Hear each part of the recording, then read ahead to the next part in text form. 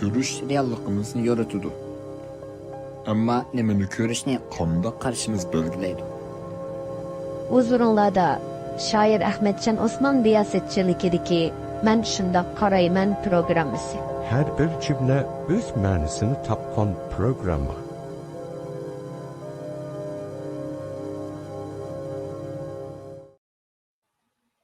Assalamu alaikum. Hürmetlik Fidai Ahmet Qashqari efendi. Yaxshimisiz? Aleyküm assalam.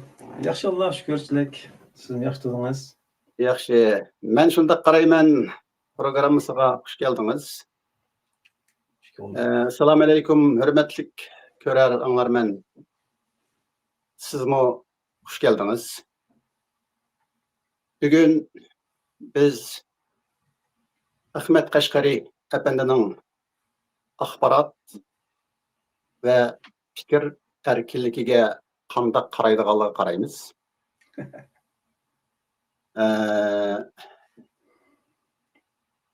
Oldi bilan savolimni Fidoyi efendi. Xo'sh. Sizden axborot bilan fikir erkinligining munosabati haqida so'zimni başlay, savolimni başlay. Mushu munosabatga siz qanday qaraysiz? O ikki ufqim o'tirib chiqdi hozir. İkisining orasidagi munosabatni bilishdan ilgari ikkisining aniqlamasini berib o'tish lozimda. Albatta. Nimani axborot deymiz? Endi agar beshinchi to'g'ri kelib qolsa, axborot deb nimani deyishga bo'ladi deb savol qo'yish bo'ladi. Andan keyin fikr deganni nima deb tushunish ikkisining munosabati qanday kelsa yaxshi bo'ladi. Menimcha hamda sizlarga yoshdimi, boshdimi cho'ng bo'lgan ekan, ishlar bizdan ko'proq tajriba va bilim bor. Oldindan sizdan anglab baqsaq, sizning ko'z qarashingizda nima axborot deyiladi, nima fikr deyiladi? Rahmat. Lekin men yoshda cho'ng bo'lgan bilan siz boshda cho'ng, aqlda cho'ng. Estağfurullah. Lekin savolni so'rab qoldingiz. Menimcha axborot ko'z qarash emas. Masalan, axborotning aniqlamasini ma'lum bir odam bir xil, yana bir odam bir xil beradi deb qaramayman. Axborotninki hammaga o'rtaq bo'lgan aniqlamasi bor. Bir va ro'shan aniqlamasi bor deb o'ylayman.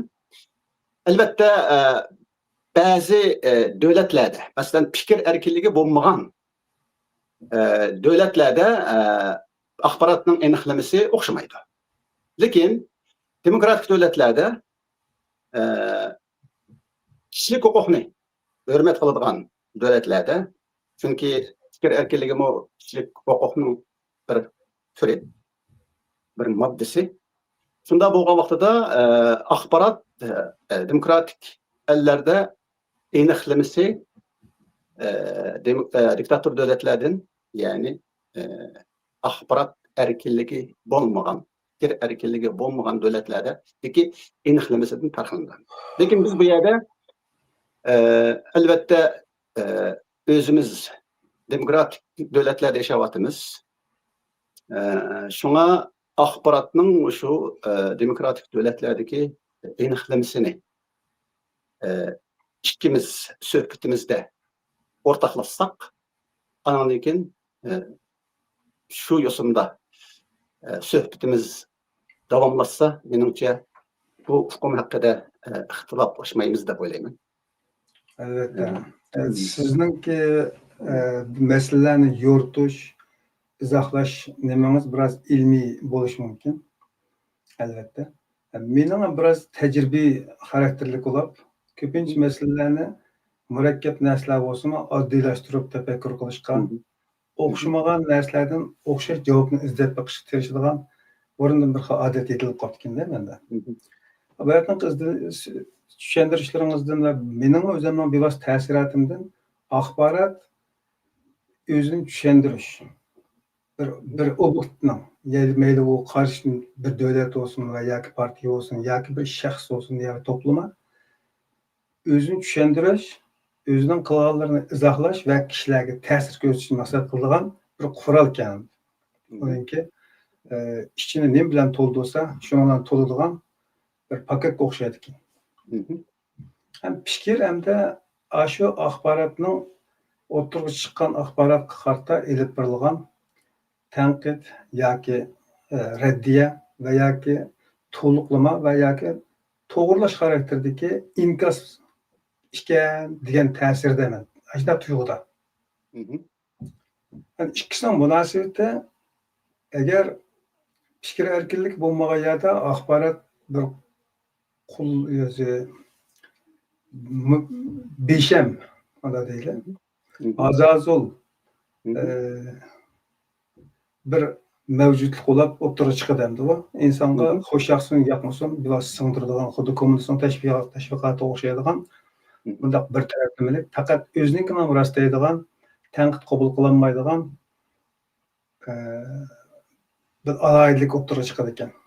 Buning rushan tipik nimasi ifodalanish nerede bo'ladi desa, bu xil fikr erkinligi bo'lmagan tashviqotniki obyektivi haqiqat yoki kishilarga manfaat emas, balki o'zini kun tartibga chiqadigan, o'zininki hokimiyatini, mavjudligini joriy qildirish uchun tirishadigan bir xil kazzoblik hamda beshamlik ekan. Men bunday tushunaman. Xato ketgan bo'lsa tuzish bersak bo'ldi. Biraz bunun meningki qarshimni so'radingiz. Meningcha men biladigan aniqlama sizningki hozir she'rlab o'tgan bu qarashdan rad qilgan. Cho'ng farqlanmaydi. Shunda bo'lgan vaqtida biz shu siz taqdim qilgan aniqlamada turib suhbatimizni davomlashtirsak, menimcha ikkimiz va shundaqla ko'rarmanlarni ixtiloflashib qolmasligimiz mumkin deb o'ylayman. Endi shu aniqlamadan siz axborotga bergan va fikr erkinligiga bergan va ikkisining munosabatiga bergan shu aniqlamadan biz bir savol so'raylik. Bu bo'lsa-mu Uyg'urlarda bo'libmi, albatta vatandagi Uyg'urlarda bu siz taqdim qilgan axborotning aniqlamasida nima yo'q? Ya'ni fikr erkinligi tarafini ko'zda tutganda undaq axborot yo'q vatanda. Şuna biz hazır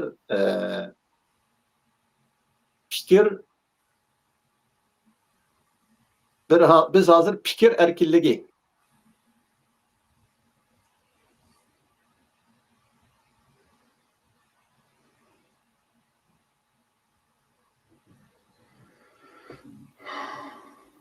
Nemeden sen çatak çıktı mı? Ha. Texniklik meselelerden. Endi vatan içideki Uyg'urlarning axboroti ve fikir erkinligi haqida söz açamaymiz. Şuna sözümüzni biz sürgündeki Uyg'urlarning ve ularning tashkilotlarning axboroti ve fikir erkinligi haqida başlasak, aldı bilen sizden so'raydigan savolim, Uyg'urlarda axborot bormi?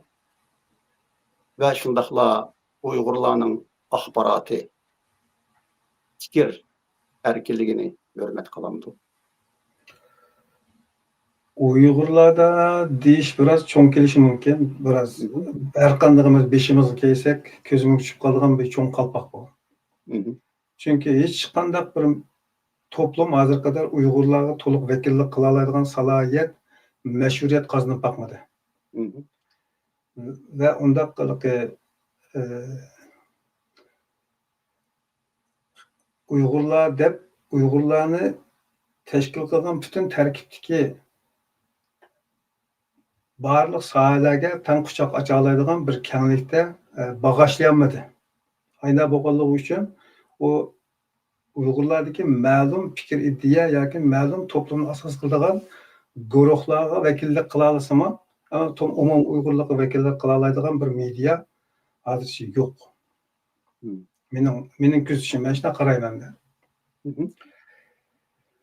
Endi fikr erkinligi deganda, fikr erkinligiga hozir bayonga kelgan to'liqlanib berdi. Yo'q deyishimda yana bir muhim masala barliq axborot vositalari axborot orqali elni, avomni, millatni tarbiyalash, yo'llantirish, manfaatlantirish maqsadida birlik kelamidi va o'xshash xabar, o'xshash mazmunlarni hammasi talishib qilgan bo'lsa-mu, lekin bu yerda asosiy kuchigan nima bo'ldi desa, logosi bo'ldi. Hammasi o'zining logosiga eng ko'p ahamiyat berdi. Eg'irlikni shuningga berdi yani. Shuning uchun millatning iqtisodi o'xshash narsaga takror sarf qilindi. Gerçi bu yerda millatning iqtisodi deb biz bevosita bergan pulimiz yoki ionlarimizni yig'izib olmasakmi, ammo shu millatning, vatanning nomini ishlatib turib, kirim qilgan bo'lsa, bu cho'qim millatning puli bo'ladi bu. Millatning haqqiga ochgan dukkan bo'ladi bu.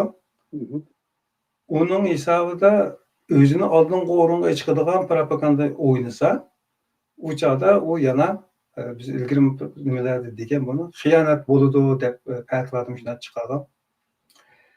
Shunga mening kuzatishimda mana shu 2016dan tortib bu yoniga Uyg'ur mediasi yoki Uyg'ur axborotchiligini nazarga solsak, butun millatning manfaatini asos qilgan media asosan bo'lmadi deb boshqa qarayman.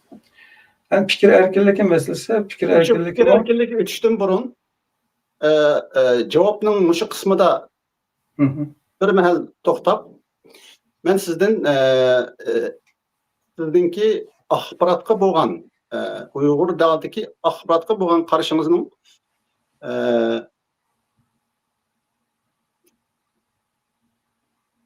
axborotni sizning ya milliy bo'ladi, ya bütün millatga o'rtaq bo'ladi, ya ko'misi u axborot bo'lmaydi degan mundaq bir fikrni, mundaq bir qarashni esqib qoldim. Sizningcha undaqda masalan shaxsiy axborot vositalari va shundaqla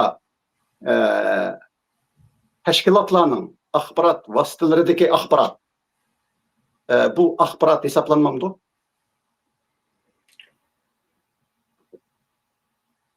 Endi men axborot hisoblanmaydi desam qanchalik to'g'ri bilmayman. Ammo axborotchilik nimasidan qaraganda axborotni mening ko'z qarashimdagi axborot millatni manfaatlantiradigan, yo'llantiradigan, quvvatlantiradigan bo'lishi lozim. Buning uchun upraydigan bo'lish kerak-da bu yo'ldagilar. Ammo mening ko'rgan axborot tarqatgan millat nomida ilib berilgan axborotlarning asosan qilgan ishi nimasi? Duka aytish bo'ldi. Unda kesiblardan undan kirim qildigan, jamba qildigan vosita yo'lga aylandi. Eng yaxshi qildim deganlarimi mushundan chiqolmadi. Masalan, bir tok tartilib ketibdi, Erkin Osiyo radiosining muxbirlari o'tirdi, yo'q. Demak, hem turmush hech kimning turmushini rad qilolmaymiz, turmush bo'lish kerak. Ammo biz bir inqilobchi, biz chet elda biz bir inqilobchi. Shuning uchun eg'irligimizni o'zimiz ko'tarib, uningdan ishini yana inqilob qilishimiz kerak-ku. Mening ko'z qarashim. Men butun masala o'zimning ko'z qarashi, o'zimning shuna qarashim. Ajda bo'lganligi uchun o media bayatını deb o'tib ketgan kuchlantiradigan, millatni kuchlantiradigan, quvvatlantiradigan va muayyan bir yo'lga yo'llantiradigan vazifani yaxshi ijro qilolmadi. Unda bo'lishda yana bir asos xafalikdan birisi nima desa, media Masalan, BBC, CNN deganga o'xshash cho'ng tipdagi Al Jazeeraga o'xshash medialarga qarasak, uning bir muxbiri yo'q. Nurg'un muxbirlar bor, nurg'un sohalar bor. Nima deb buningga nimaga o'xshatish mumkin desa, bir hamma jihatda talto'kis mo'l bir dastonga o'xshatsak, bu dastonning eng qimmatli da'vatgan go'shidan tortib, pizi yoki samsiga qadar hamma narsa o'zining o'rnini topgan bo'ldi. Hech qaysi bir-birini rad qilmaydi, to'liqlaydi. Issiqi va sovuqi va daston ko'rmagan uyg'ur yo'q, shuning uchun ortiq izoh kerak yo'q. Ya'ni bir daston misoli desak, hech qachon pola qopib, men keyinda qoldim. Nima uchun hozir qadar men chiqmaslik daston nimaga deb uchrat talashmaydi. Lampo qopib, yamjim demaydi, hech qaysi ya o'zining navbati keladi ashuning. Hammasi o'zining navbatida o'zining rolini joriy qildirib, aşağıdaki dastkandaki mehmonlarning olqishiga erishadi. Ashu tuz tetibdi, obda o'xshabdi deb ashna qo'pilgandi. Chet elda bu taraqqiy qilgan davlatlarda ushoq tijoratchilarning do'konlari bor, ushoq markalarning. Bundan boshqa 24 soat ishlaydigan cho'ng tipdagi nima bor, shaharchilar bor. Ularda aşı damlıq markalarning hammasi bor. O'xshash misol, bumi kiyim sotadi, umi kiyim sotadi. Ammo bir do'kon, bir markaning tekiga kirib, bir shaharchida aşı o'rin ola oladi. Shuning bilan kishilar yiroq yaqindan atoyatdan kelib, aşağıdan bizasini elib ketalaydi. Ham u ashunga o'xshaydi. BBC, CNN deganlar. Ya'ni bir ko'znakning ichida biz ko'rayotganmiz, qarayotgan bir ekranda bir kanalda o'xshamagan programmalar elib berildi. Nimani asos qiladi bu? Millatning ehtiyojini, avangardlarninki ro'yini ko'tarishni, aktivistlarni tunishtirishni va tarbiyalashni, undan keyin millatni umidlantirib, ma'lum bir yo'lga yo'llantirishni maqsad qilganligi uchun hamma sohalarga teng ahamiyat beradi va hamma sohaning odamlarini o'ziga qartadi. Cho'ng do'kon, cho'ng marketlardagi shaharchiga aşağıdan barlar. Chunki nima desak aşağıdan topa olmaymiz, bir yo'ldan yug'ishtirib kelaolmaymiz deb kishilar o'zining vaqtini tejash uchun aşağıga atoyatdan necha kilometr yo'l minib, mahallidagi do'kondan olmay aşağıdan oladi hozir. Mana bu taraqqiy davlat. Chunki insonlarning eng qimmatli narsa vaqt. Hozir bizning o ekran ochishga o'xshash, xuddi hozirgi WhatsApp to'plariga o'xshash. Hamma WhatsApp to'plarida o'xshash mazmun, hammasi o'xshash tartibotgan. Hech kimning to'pidan yoki o'ziga qo'shib, yoki birlashtirib, ham cho'ng bir narsa qilay yo'q. O'zining to'pida, o'zining do'ngida men kuchli dedigan kichik vaqtimizga uyon bo'lgan. Mushuning misoli ketyotganda. Men shunda qarayman. Shu bir daston misol bo'lganligi uchun, dastonda ko'rinish tegishli bo'lgan, millatga berish tegishli bo'lgan, millatning ehtiyojlari bor deb qaragan, quvvatlantiradi deb qaraydigan hamma narsani aşağıga navbati bilan, miqdori bilan, tarkibi bilan hech emas, ustamlarning o'zining mahoratini, hamma narsa o'zining rolini, o'rnini joriy qildirdi. Bu orqali bir qisqa bir ziyofatda hammasi o'zini namoyon qila oladi. Hammadan xo'sh bo'ldi. Hozir biz qanday qildi bo'lsa, yo'q. Men chiqqan ekran o'y chiqmasin. Bizim ishimizda o'tgan nurg'un voqealiklar bo'ldi. Ya'ni men kirgan dastonga nima deb somsini ekkirsa, manto'g'an kim bo'lmadimi? Degandek, ashuna ich qo'tullik qilib, bu dastonda faqat somsi va yoki manto bor. Yoki faqat pola va yoki boshqa. Shuning misoli bo'lib qoldi. Demak, bu yerda universallik yo'q. Universallik bo'lmagan ekan, bu millat da'vatgan shu millatning hamma sohasidagi xilma-xil ko'z qarashdagi insonlar quchoq ocha oladigan bir kenglik yo'q. Ashundan chiqib qolgan. Demak, agar mushtaq siz hozir sharhlagan bo'yicha qarasak masalaga, demak, hozir ko'p sondagi axborotchilik, media mediala. Demek bu axbarat emas, teşviqat tüsün aldı eken. Yani her bir gruppalarınki teşviqatını kıladigan. Şunda Bizning bunga vaqtida qarashimiz zaten tashviqot hozir qadar. Axborotchilik pek keng sohaga. Ama biz şunun içindeki bir teşviqat türünü alan doğrap ketyapmiz bunda. Sizningcha muşumu sürgündeki Uygurlarning ve sürgündeki Uygur teşkilatlarının eňedeki Xitay mustamlikçil hakimiyetinin kaldıkları mı? Çünkü ulamı axbaratni teşviqat dep düşünür emas mı? Şuna bizdikilermi axbaratni teşviqat dep düşünüp kalgan bolish kerak. Endi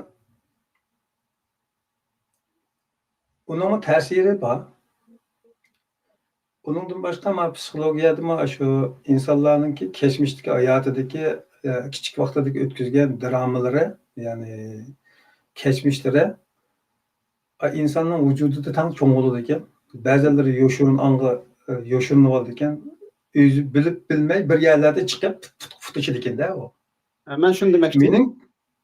Mening ko'z qarashimda, mening ko'zishimda biz kichik vaqtimizda o'yinning ichida yashayapmiz yana. O'yinlarning ichida. Avatin do'ngni misol oldik. Kim kuchliroq deydi, hamma o'zimizning do'ngida men noch olamiz. Endi men o'ynasam o'yinliq, bo'lmasa buzg'uliq deydigan bu o'yin bor. Eng variantini topa olamiz hozir jamiyatda. Nima o'taydi? Undasa fikr erkinligiga. Gapingizni davomlashtiring. Fikir erkinligi odatda deb o'tib ketdik. Shu o'ttirg'i tushgan masalalar qarta men manda qarayman. Mening ko'z qarashimcha bu manda emas, mandaroq bo'lsa ham yaxshi bo'ladi. Yoki men bunda ketib qolibdi bu deganga o'xshash. Her inson o'zi shu masala qarta kuzatishdan o'zining aqli, qalbi, vujudiga tegib, undan qaytgan aks sadoni yangritish ham inkasdan fikr degan shu men shuni tushunaman. O insan o'zi ayrim, her bir insan o'zi ayrim bir mustaqil bir mavjud bo'lganligi uchun, mavjudlik, yaratilgan uchun. Uningda yaratuvchininki texnikasi bor-da. Her bir mavjudlikda bir-biriga o'xshamaydigan orijinal bo'lgan bir xususiyat, xos xarakter, kishilik var. O kishilikka mavjud dunyoda o'ttirib tushgan bir axborot, tashviqot va yoki bir muayyan bir narsa vujudida ta'sir qilib qaytgan chog'dagi inkas xuddi odamning o'ziga o'xshash original chiqadi.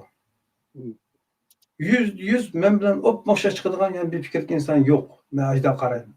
Yani bir yerlere kelgan chog'da suzib kelsak yana to'g'ri, lekin deymiz, yana bir yerdan ochimiz ko'zni ekdimiz. Şuna her bir insan yaratuvchining mustaqil yaratgan mavjudligida bo'lgan qimmatida bo'lgandek, u insondan qaytgan asli inkas fikrmi aslida muayyan bir qimmatga ega. O'rnini, yer, vaqtini topa olsa. Va shuni qimmatlantiradigan, undan foydalanadigan bir qalb bo'lsa. Mening ko'z qarashim bu. Uygurlarda bulup mu şu fikir erkinligiga kelganda Uygurlar fikir erkinligini bir milletning qimmat qarashining qarshisiga qo'yib baholaydi. Ve şundaqla şu fikrning, şu kişinin yoki şu gruppaning fikriga baho beradi. Şundaqla onunki milliy qimmatlarga uyg'un bo'lib bo'lmaganligini jakarlay oladi. Mushundaq bo'lgan vaqtida ularning nazarida fikir erkinligi fakat milli qimmat qarashlarga, milliy ideologiyaga mos kelish kerak. Agar mos kelmasa, u fikr erkinligi bo'lmaydi, balki shu milliy qimmat qarashlarga, ideologiyaga qarshi bo'lib qoladi. Mana bu mening kuzatishimda Uyg'urlarning fikr erkinligiga bo'lgan qarshi. Shundaq bo'lganda, bu yerda mundaq bir savol kelib chiqadi. Millatning qimmat qarashlari nima? Qaysilar? Ideologiyasi nima? Milliy ideologiya davatgan. Shu ideologiya nima? Endi bu her bir shaxsning, agar her bir shaxsning bo'lmasa, her bir guruhning o'ziga yarasha shunda qimmat qarashlari va ideologiyasi bo'ladi. Shunda bo'lgan vaqtida millatning qimmat qarashi va ideologiyasi degan vaqtida oldimizda millatning har xil turli qimmat qarashlari bilan o'xshamagan ve her xil ideologiyalari bo'lib qolgan gap. Shuning bilan bu yerda fikr erkinligi asosan amaldan qoladi.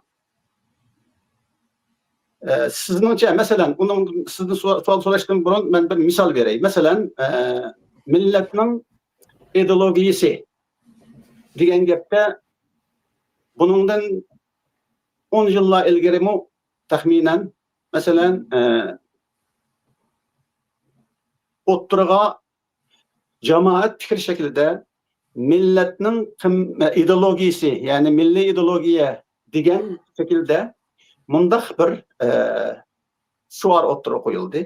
Bu bo'lsa-mu vatanim Sharqiy Turkiston, millatim Uyg'ur, dinim Islom. Endi mushu ideologiyaga asoslangan vaqtida her bir insonning fikri mana mushu ideologiya bilan moslashishi kerak yoki mushu ideologiyaning ichida cheklanishi kerak. Shundaq bo'lganda, masalan, bir Uyg'ur Hristiyan o'zining fikrini ifodalasa, u chog'da bu milliy ideologiyaga xilof bo'ladi. Chunki bu milliy ideologiyada dinim islom deyilgan. İkinciden, bu mesela alaylık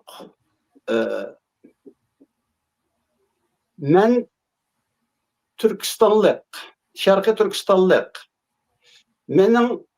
men Uygur, lekin Uygurlar Türkiye milletlerden degendek bir adamninki fikrimi yine bu ideologiyaga nisbatan qarshi fikr bo'lib qoladi.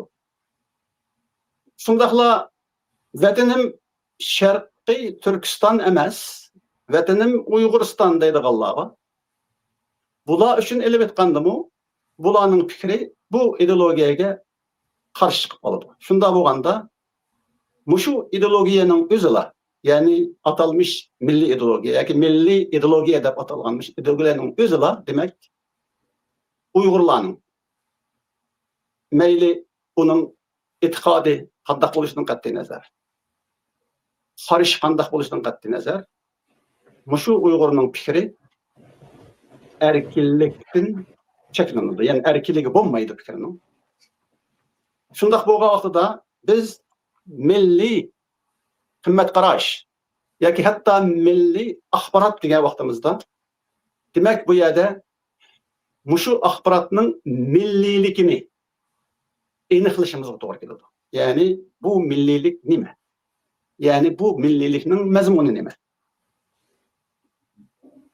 Mushunga sizningcha qandaq qarashimiz kerak? Ya'ni axborotning milliyligi, siz deyotgan axborotning milliyligi oldi bilan shu milliylikning aniqlamasidan boshlanmasa, bu axborotmi yana fikir erkinligini boğup koyduğun axbaratga aylanıp kalıdı degan. Aslida bir millatning istiqboliga bosh qotiradigan va uning haqida izdinish qilib, o'xshash fikrga yoki o'rtaq bir ideologiyaga ekilgan qatlam ziyolilar qatlami edi.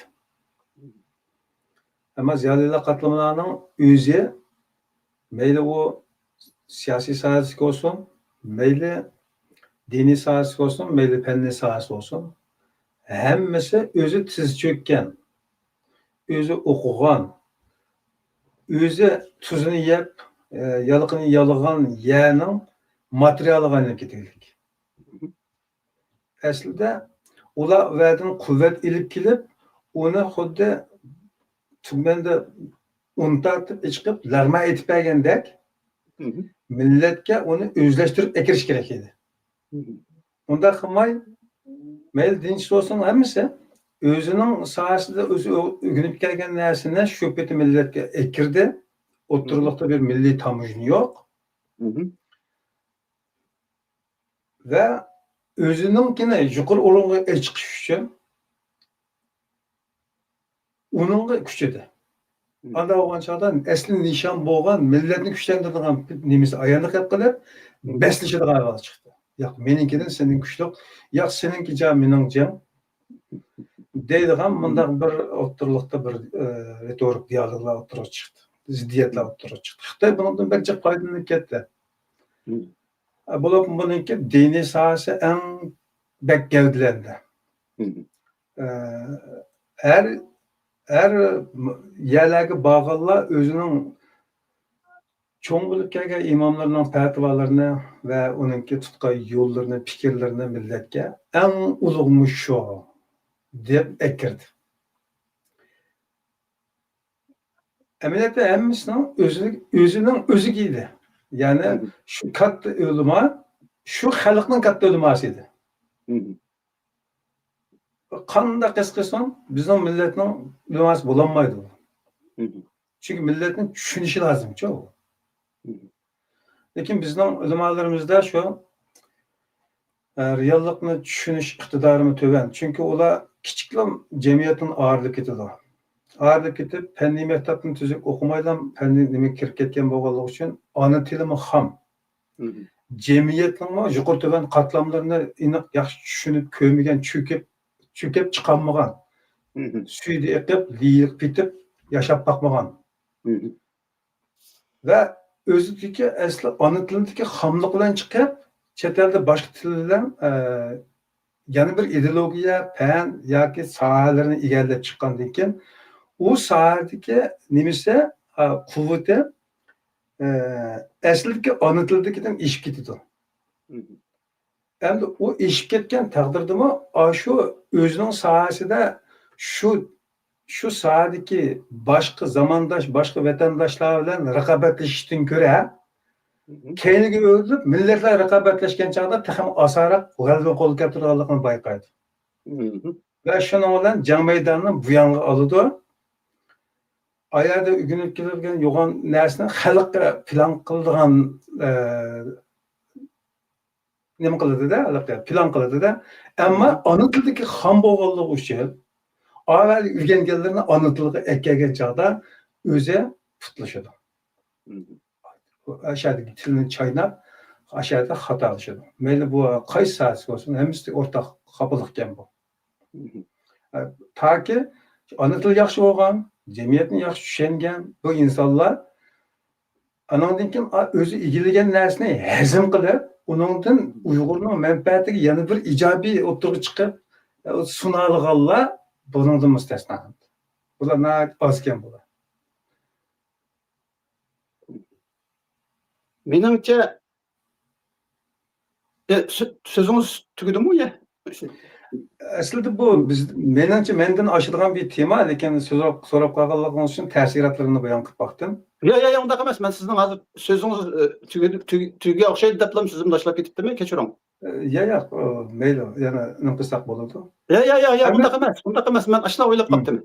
Kechiring. Endi u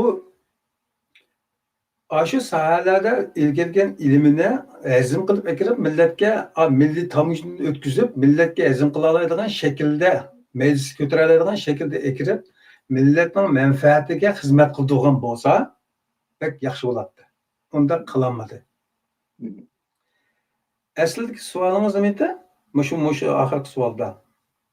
Şu sualniki asas nimisi hem deymiz milli ahbarat. Eğer milli ahbarata baksak milli ahbaratlar fikir erkinliğindeki dokunuşları.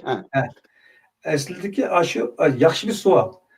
Ben bunu nime okşaydı dese mesela maşin zapçastırınınki okşasak hemmesi bir kolları bizden zapçasını götürüp algan ma degen falan danlıq maşininin ma Ferrari'nin ma bu falan Zongtong maşin işlep çıkargan zavodun jima dep hemmesi bir zapçası götürüp aladı. Ama o tipi artık kelmeydi o. Ya tip dediğim bir narsa var. Tipi. Şundak mı? Şundak. Bizden tipimiz Uygur. Hazır ötmüşte tarihte biz kim bulup yaşayan bolsak boldu. O ki ötep ketdi. O bizden ajdadlar o. Bunu biz inkar mı kılanmayız, özgertip işim kılanmayız. O tügüde, onun hayatı tügüde. Biz özümüzdekinden cevap veremeyiz. Biz bugün bizge keydirilgen milli kimlikimizge Xitay çaplıgan ve bizge bugün nesip bolgan kimlik Uygur kimlik. Demek bizden tipimiz Uygur. Endi muşu bizdeki en ortak alaylıki muşu. Hem Uygur'dan başka o bu başka milletler var desek, o çağda yeni bir tip oturuğa çıkdı. Yani bir emellerin bir şey bağladığı yer nemi çıkdı da bir tügnek çıkış gerek oturuğa. Yani Kazak, Kırgız başka milletlerini kaynağı aladığın yani bir ne buluş gerek ve de bir devlet oturuğa çıkdı hem de. Devlet bulmay durup, milletin işi ekremeyimiz Kazak, Kırgız diyen unumaydı ola.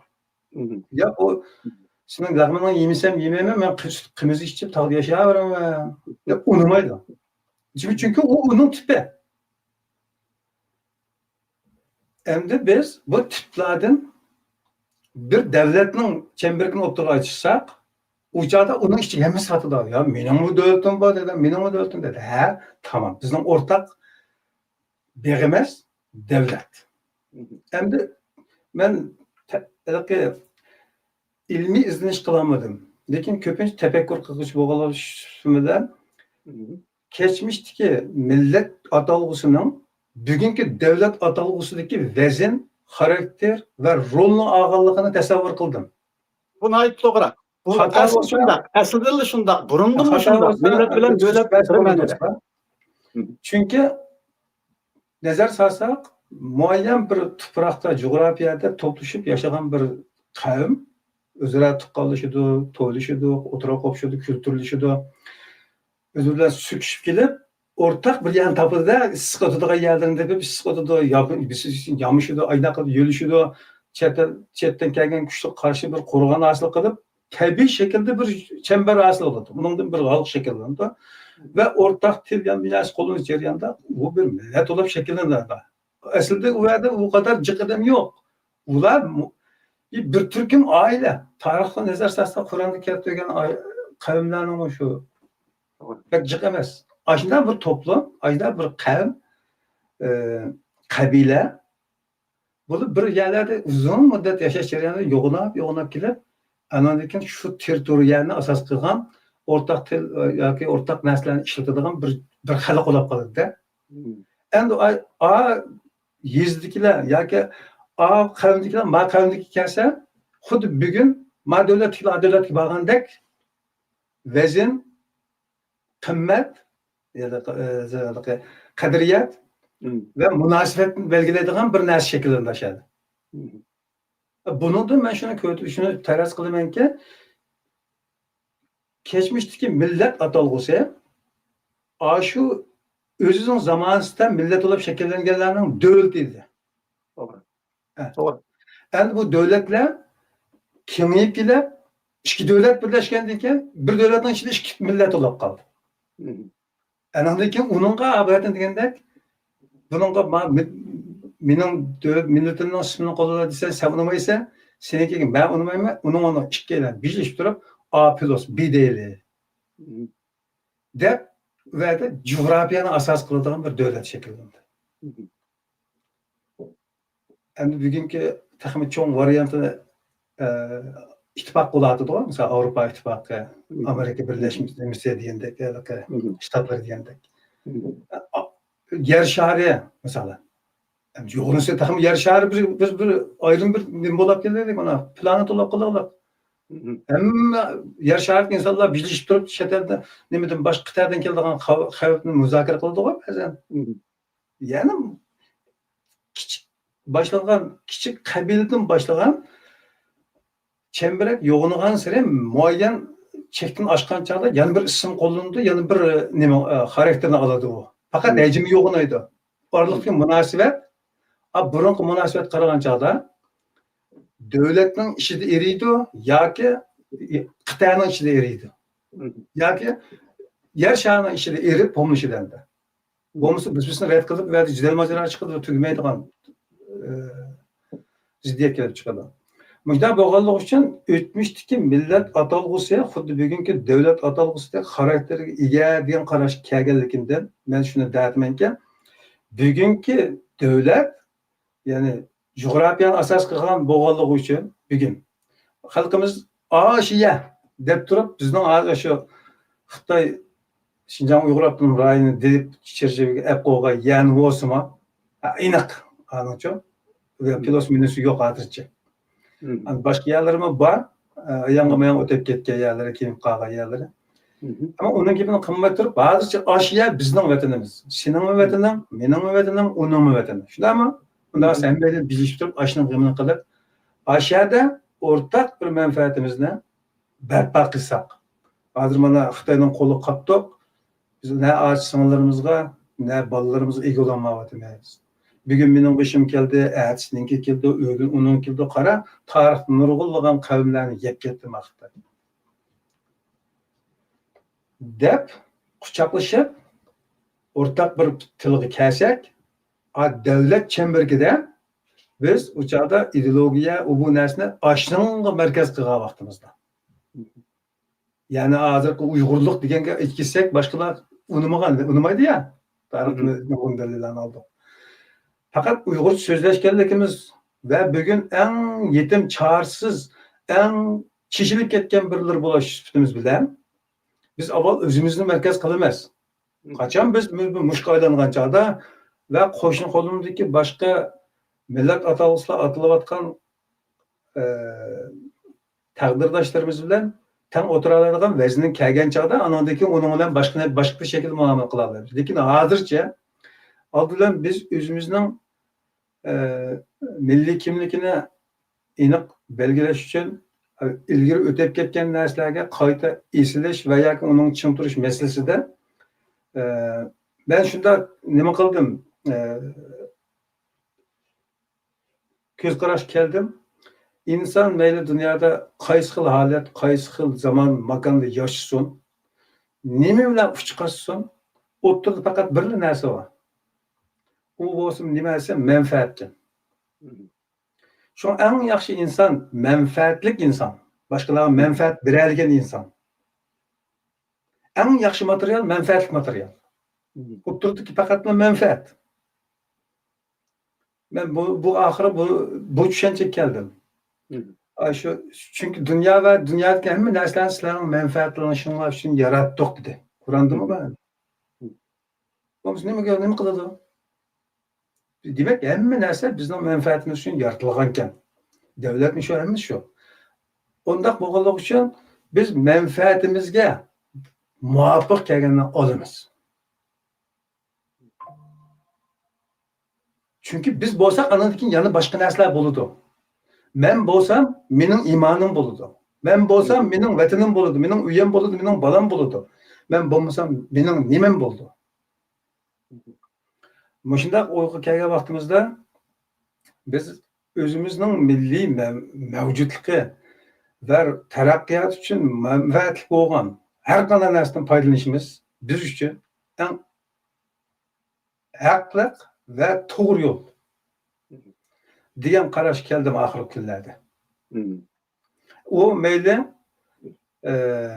bayatdan qimmat qarashlari deb sanab o'tib ketdingiz. Qimmat degan so'zning o'zidan manfaat bo'lmasa, qimmat bo'lmaydi. Albatta, qimmatning o'zi Bizning manfaat qimmat bor. qarashlarimiz oltin bilan o'zi yerga qo'zi qilib qilayotgan ajdodlarimizdan miros qolgan deb yo'g'on gaplarni qilsak bor. Agar uningdagi qimmat bugun bizga manfaat beradigan qimmat bo'lmasa, u yuk bizga. To'g'ri.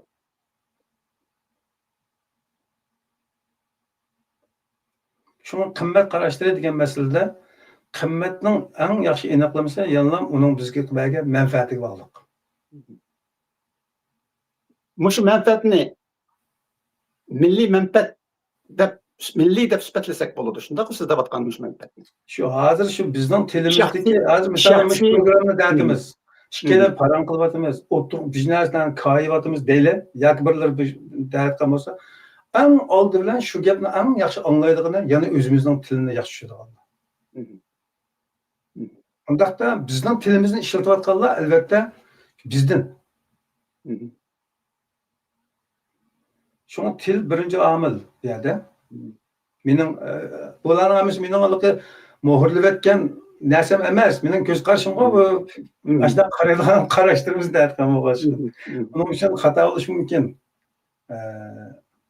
Ko'rmag'aysizlar, qilg'aysizlar agar xato kelsa. Lekin men shunda tushundim, shunda tushunganimni arz deb deyapman. Endi shu qimmat qarashlarda bizga bergan manfaatni qarab turib yursak, tashsak, ko'tarsak, yo'ksak yoki eslasak manfaat bo'ladi. Agar ig'ir kelsa, vaqtincha biz o'zimiz jon, kuch, ma'dur, ashin ko'tagida quvvat hosil qilguncha biz uning gapini qilmay turishimiz kerak.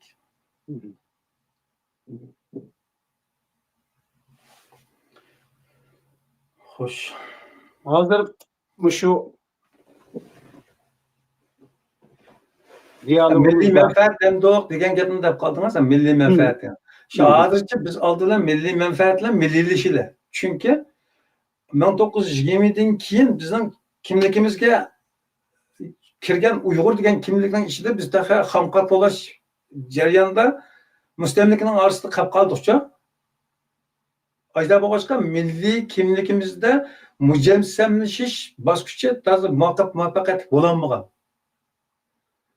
80-yillardan keyin o'tirib chiqqan milliy uyg'unishda film tarjima bo'lsin, kitob tarjima bo'lsin, bu ziyoli qatlamlar yaxshi vazifa ijro qilib ekan. Haqqini bergidek ijro qilib ekan. Garchi ba'zan Xitoylarning nimalardan yo'chiqda o'tashgan ba'zan to'lg'ishib ketgan yerlari bo'lsa-mu, lekin millatni semirtib ekan. Millatlashtirib ekan. Ammo shu yani şu milletning ichidagi ideologiyaga va o'zi tiz cho'kkan yalaqin-yalag'anlarning peshiga esilganlarningki ta'siridagi asrov qolganlarningki ziddiyati tufaylidan shu birlashishi yana shu katalizator qismi yana ziyolilarning orasiga deb boradigan talash tortishni xalqning ichiga yetkazib chiqib millatningki milliy birlik hosil qilishi va milliylik kamolatini muvaffaqiyatli tamomlayolmagan ekan. Ashta bo'lganligi uchun bugun biz milliy manfaatimiz degan masalada qiyinchilik tortyapmizda tushuntirish va qoyil qilish uchun. Lekin siz hozir deyotgan shu milliy degan so'zingizningki davlat degan hukm bilan zid munosabatli ekanligini biz mushuni ching tutqi qilaylik deb o'ylayman. Suhbatimizda hozir mush milliylik degan hukmda shundoq bo'lgan vaqtida endi sizning bayonlaringizdan, hozirgi so'zingizdan men milliy degan so'zni davlatlik degan ma'noda emas, bir xil etnik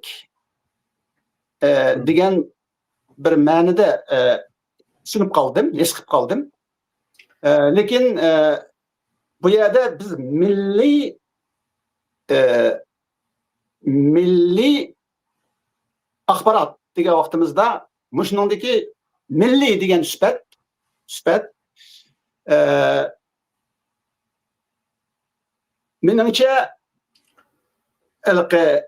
nima deymiz, etnik degan ma'nini olib qolsa, u chog'da bu milliy bo'lolmaydi deb o'ylayman. Chunki xuddi bizningki 1933dami, masalan bizningki Sharq Turkiston Islom Jumhuriyatining parlamentini Milliy Majlis deb atab ekan.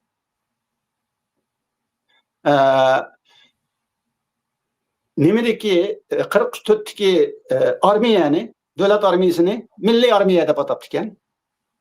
Hamda shu milliy armiya degan asli ma'nosi davlat armiyasi. Shunda bo'lganda bu yerki milliy degan gap davlatlik degan ma'noda chiqadi, ishlatiladi.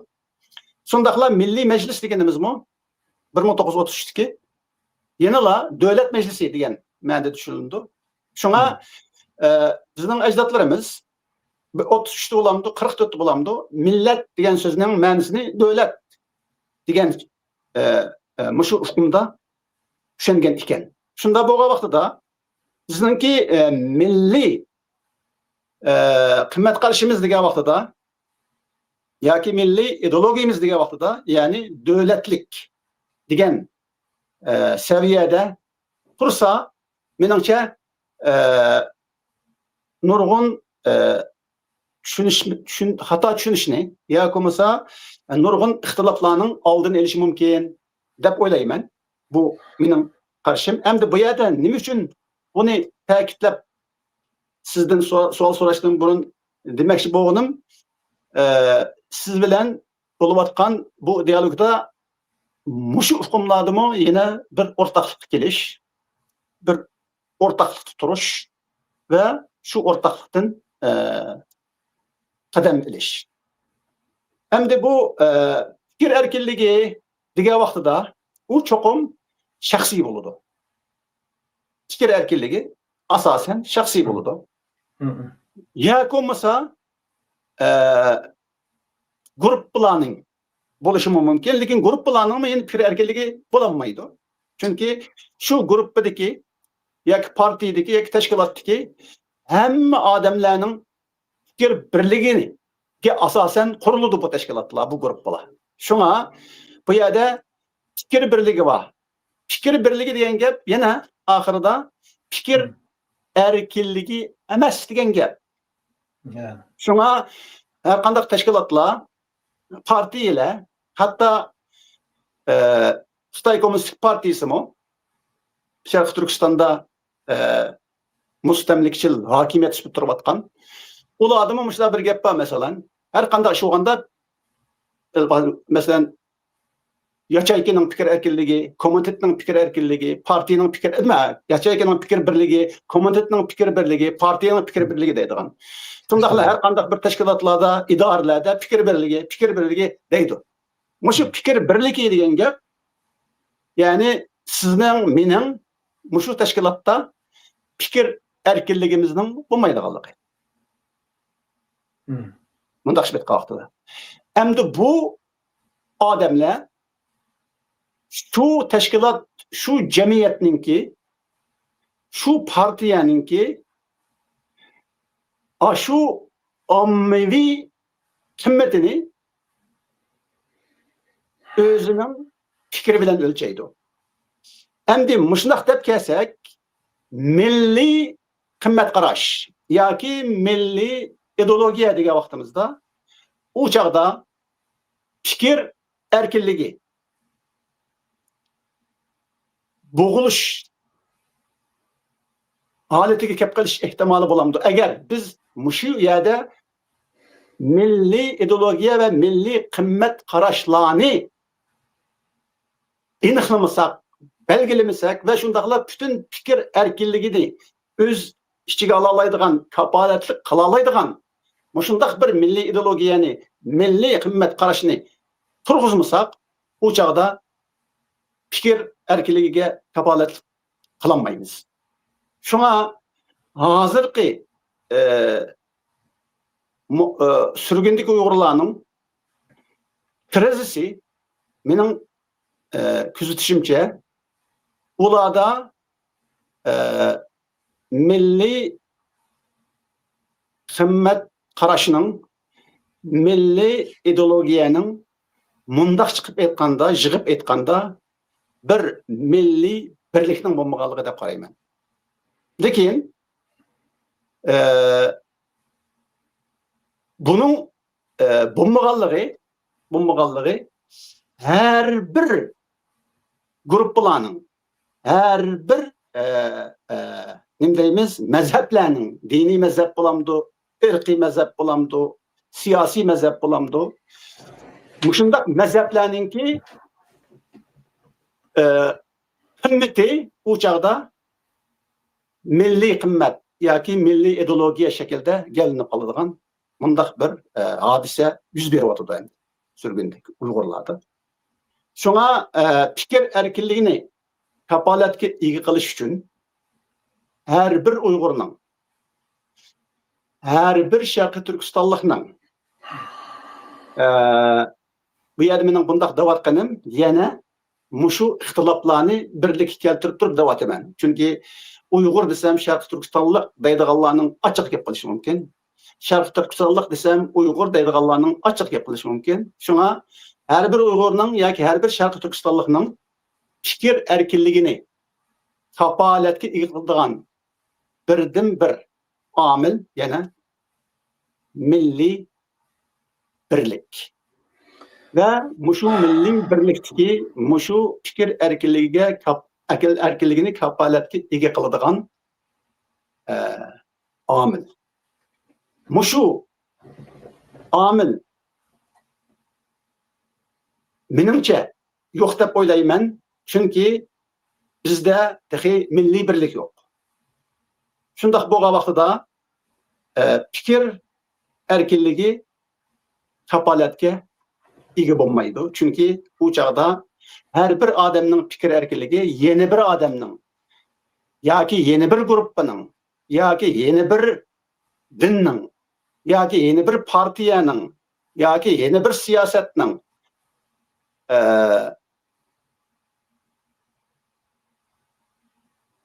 diktatorluğunda, ideyi diktatorluğunda, fikir diktatorluğunda bastırılıp ketiş ihtimali bo'ladi degan gap. Şuna mushu nuqtada sizce biz suhbatimizning beshida başlagan milliy axborot degan so'zimizdagi mushu milliy axborotning texi hozirgacha maydonga kelmaganligini ko'rsatib bera olamdi.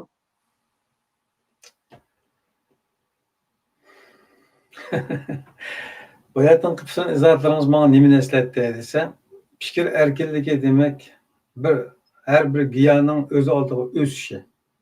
Hiç qanday qaçı yok, hiç qanday kesiş, tosalgı uçqımıgan şekli bolsa veya ki taşla, şığılla, topularının dönüklerge yoki azgallarga yig'ilib qolgan chalma kesaklarning asli holatini o'xshatgan bo'lsak, fikr erkinligi bo'g'ilgan, qiliplashtirilgan, muayyan tarbiya bilan tirishlangan holat shu desa, o zaman kesib dastlangan guldastiga, guldastining ichiga kirib qolgan bir tal gulga va xumdonlari pishib chiqib tamlarga tizilgan paç qishlarga bununla o'xshaydi ekan. Sizning hayotingiz zarlaringizda men shuni tushundim. Menga shunda keldi ko'z oldimga. Endi bu yerda men bir gap qildim. Menfaat degan bir narsa. Mayli birlik olsun, mayli devlet olsun, mayli dunyoviy fikrlarimiz olsun. Hammasi yana agar bir menfaat berenmese, bir qimmat qarash berenmese agar insonlarga, o zaman o insanlar o menfaatsiz narsaga o'zini bita qildirolmaydi. Allohma jannatni va'da qilyapti. Yani o cennetten bo'lgan bir narsa bilan inson aşağıdan bir menfaat ko'rib ma'noda shu. Yani shunda yo'llantirildi.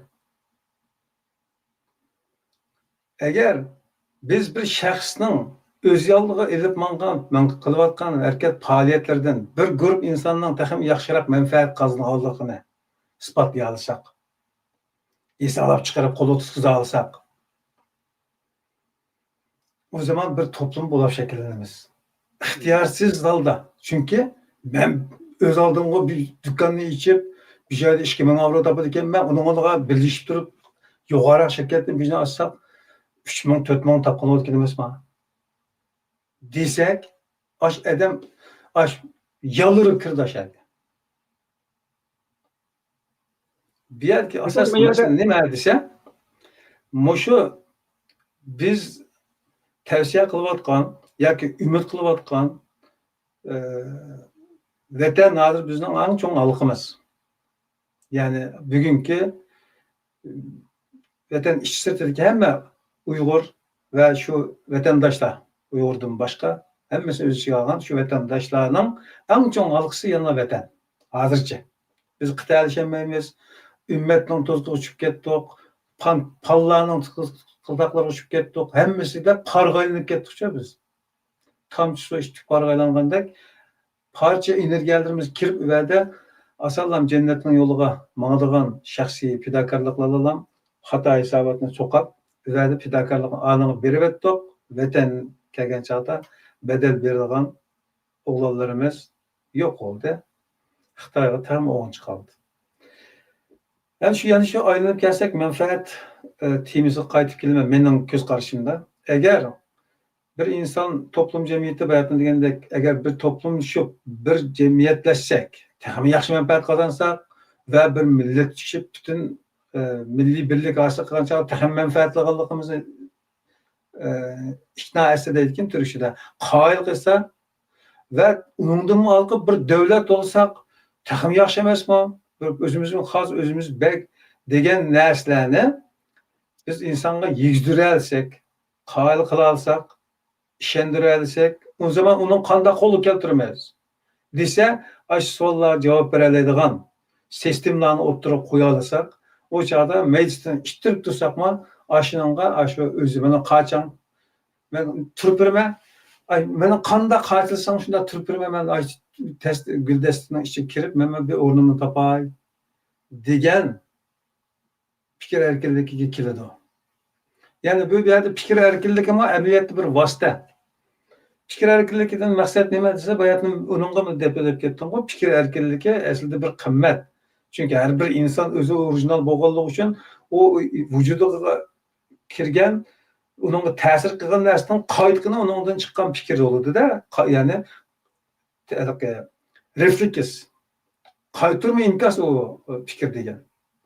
O anda boğulluğu için o her bir kayıtkan imkas adam orijinal boğulmak ondan bir orijinal fikir çıkıyor. Eğer tefekkür olan insan olsa. Lekin bizden insanlarımızın köpünçe ergeçmiş boğulluğu için anlayıp asanlama. Ben koşulma deyip bir vagonga özünü çetip asan kutuluşuna yolunu izleydi o. Tefekkür kılmayı. Çünkü tefekkür kılışmayacak ters iş. Lekin tefekkür kılsa her insandan okşamagan enerjiyadaki nesler çıkıyor. Onun muayyen kıymetli ege. Lekin şu kıymet bayatın onun dedik o şu uğrunu ve vaktini tepiş gerek. O vaktini tepiş gerek. Tapkan çağda anladık onun yani menfaat çıkıyor. Yani ayrılık gelsek yani menfaat geldi. Onun için milli birlikimiz olsun, devlet müstakillik olsun, hemmisi yanıla bizden iki dünyalık menfaatimizle bir vasıta münasip ettik. Eğer moşununla ikna edilsek, kayıl kılalsak, o çağda kalan meseleni hal kılış için hem de kanda kılamayız. Kanda hal kılamayız diye yakilimiz. O kanda hal kılamayız diye ekilep alamadığımız biz şu. Bu yerde sizdeki şu menfaat hakkındaki sözünüzden mındak bir sual doğuldu da oylayman. Hiç bulmasa bana şundak sual doğuldu. Sizden sohbet dışınız buluş kütüm bile. Hoş. Bu bolsa mu?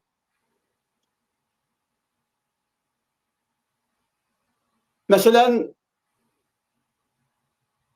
bir İslamçı. İslamçı degan vaqtimda bu yerda musulmon bilan islomchini farqlantirib deyapman. Chunki bu yerda islomchi deganim faqat özü bilen Allah'ın o'ttursidagi munosabatni la din deb qarab harakat qiladigan odam emas, shu islomni siyosiylashtiradigan mundaq odam hamda. Chunki bu odam hamda mushu odam, mush islomchi Uyg'ur qandaq o'ylaydi desangiz, islom dini millatning manfaati. Meningmi manfaatim. Her bir insanның manfaati.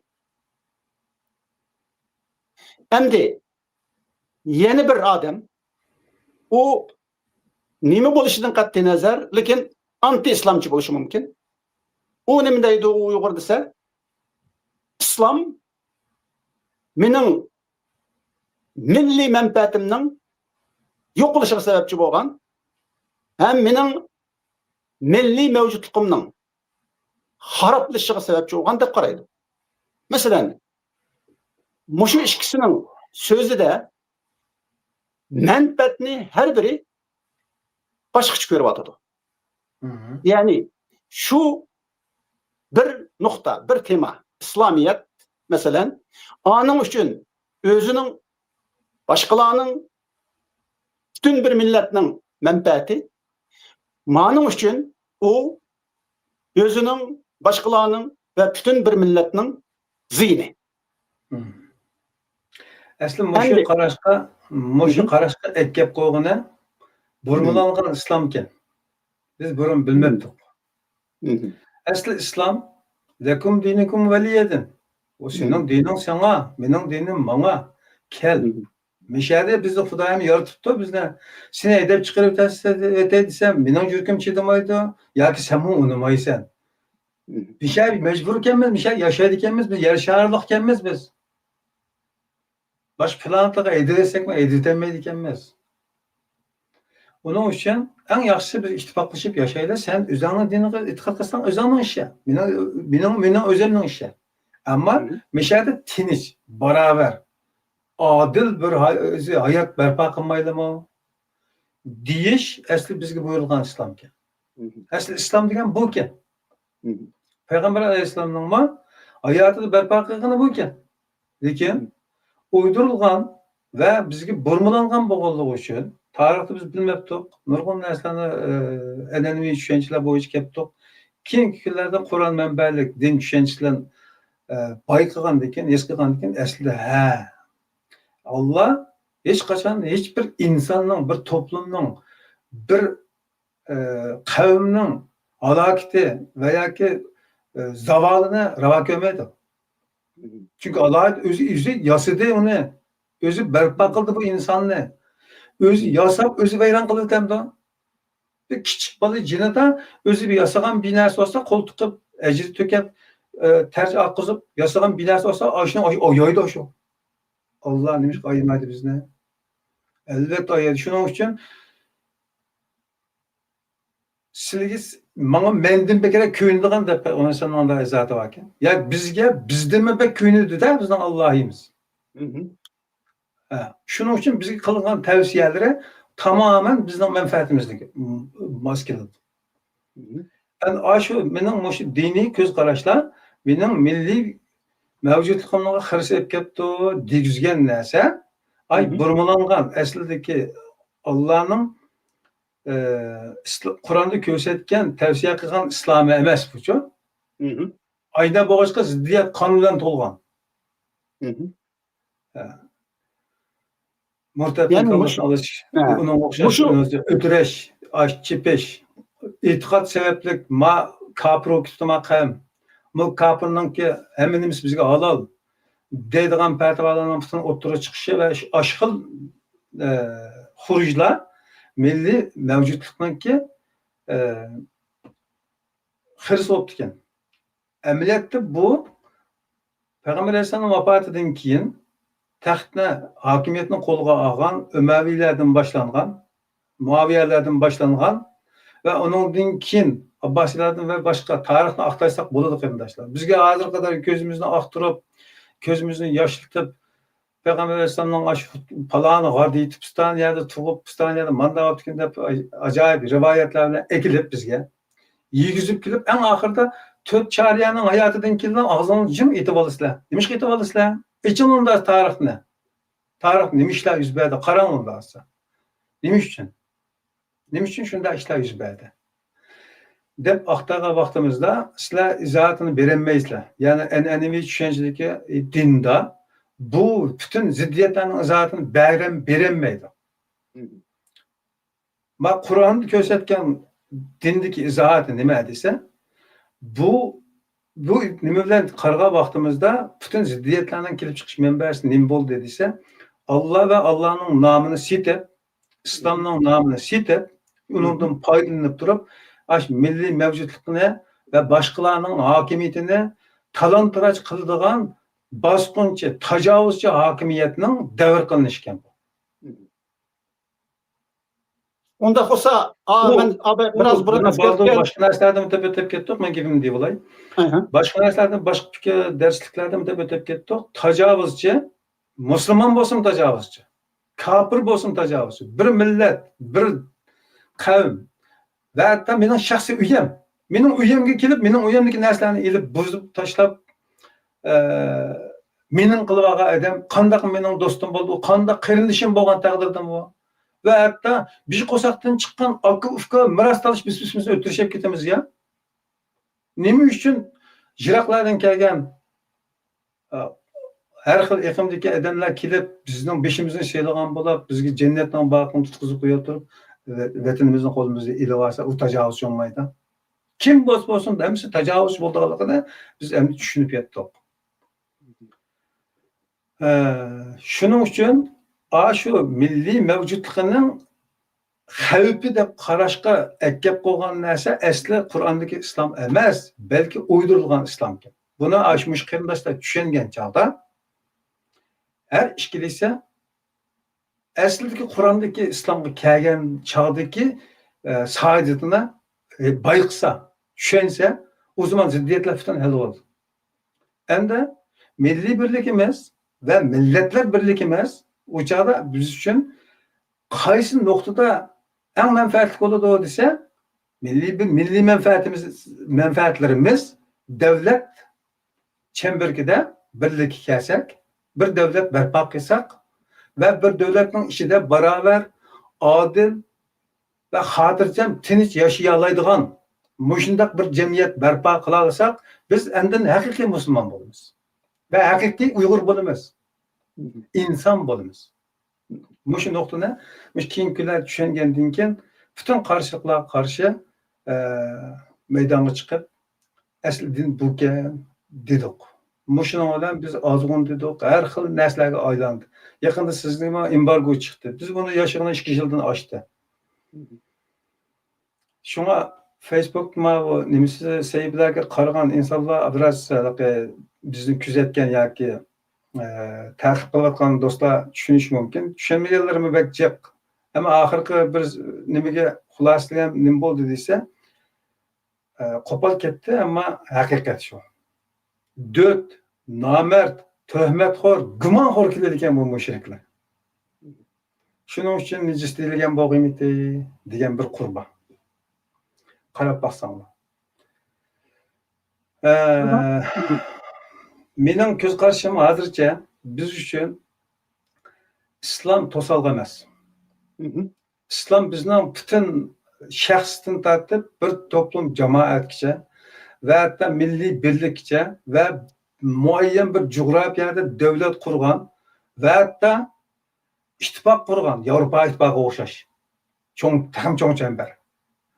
Va yoki yer sharini markaz qilgan ittifoq beraber adil, xotirjam bir turmush barpo qiladigan bir sistemni Qur'on tavsiya qilibdi. Qur'onda bu ko'rsatilgan belgilanma. Bu ekan biz mushu nuqtaga kelsak, butun ziddiyatlar bo'ldi. degan qanoatdaman. Endi yani siz menfaatning sözünü qilgan vaqtingizda kelgan savolninki bir tarafi bu, yani bir qismi. U savolning yana bir qismi, ha? Yani menfaat oldu. Yani aydan kelsa menfaat çemberkidan chiqolmaydi u. Ana şu milliy birlikimizga tahdid bo'ladigan deganimi o'zining manfaatini o'ylaylik. Hı hı.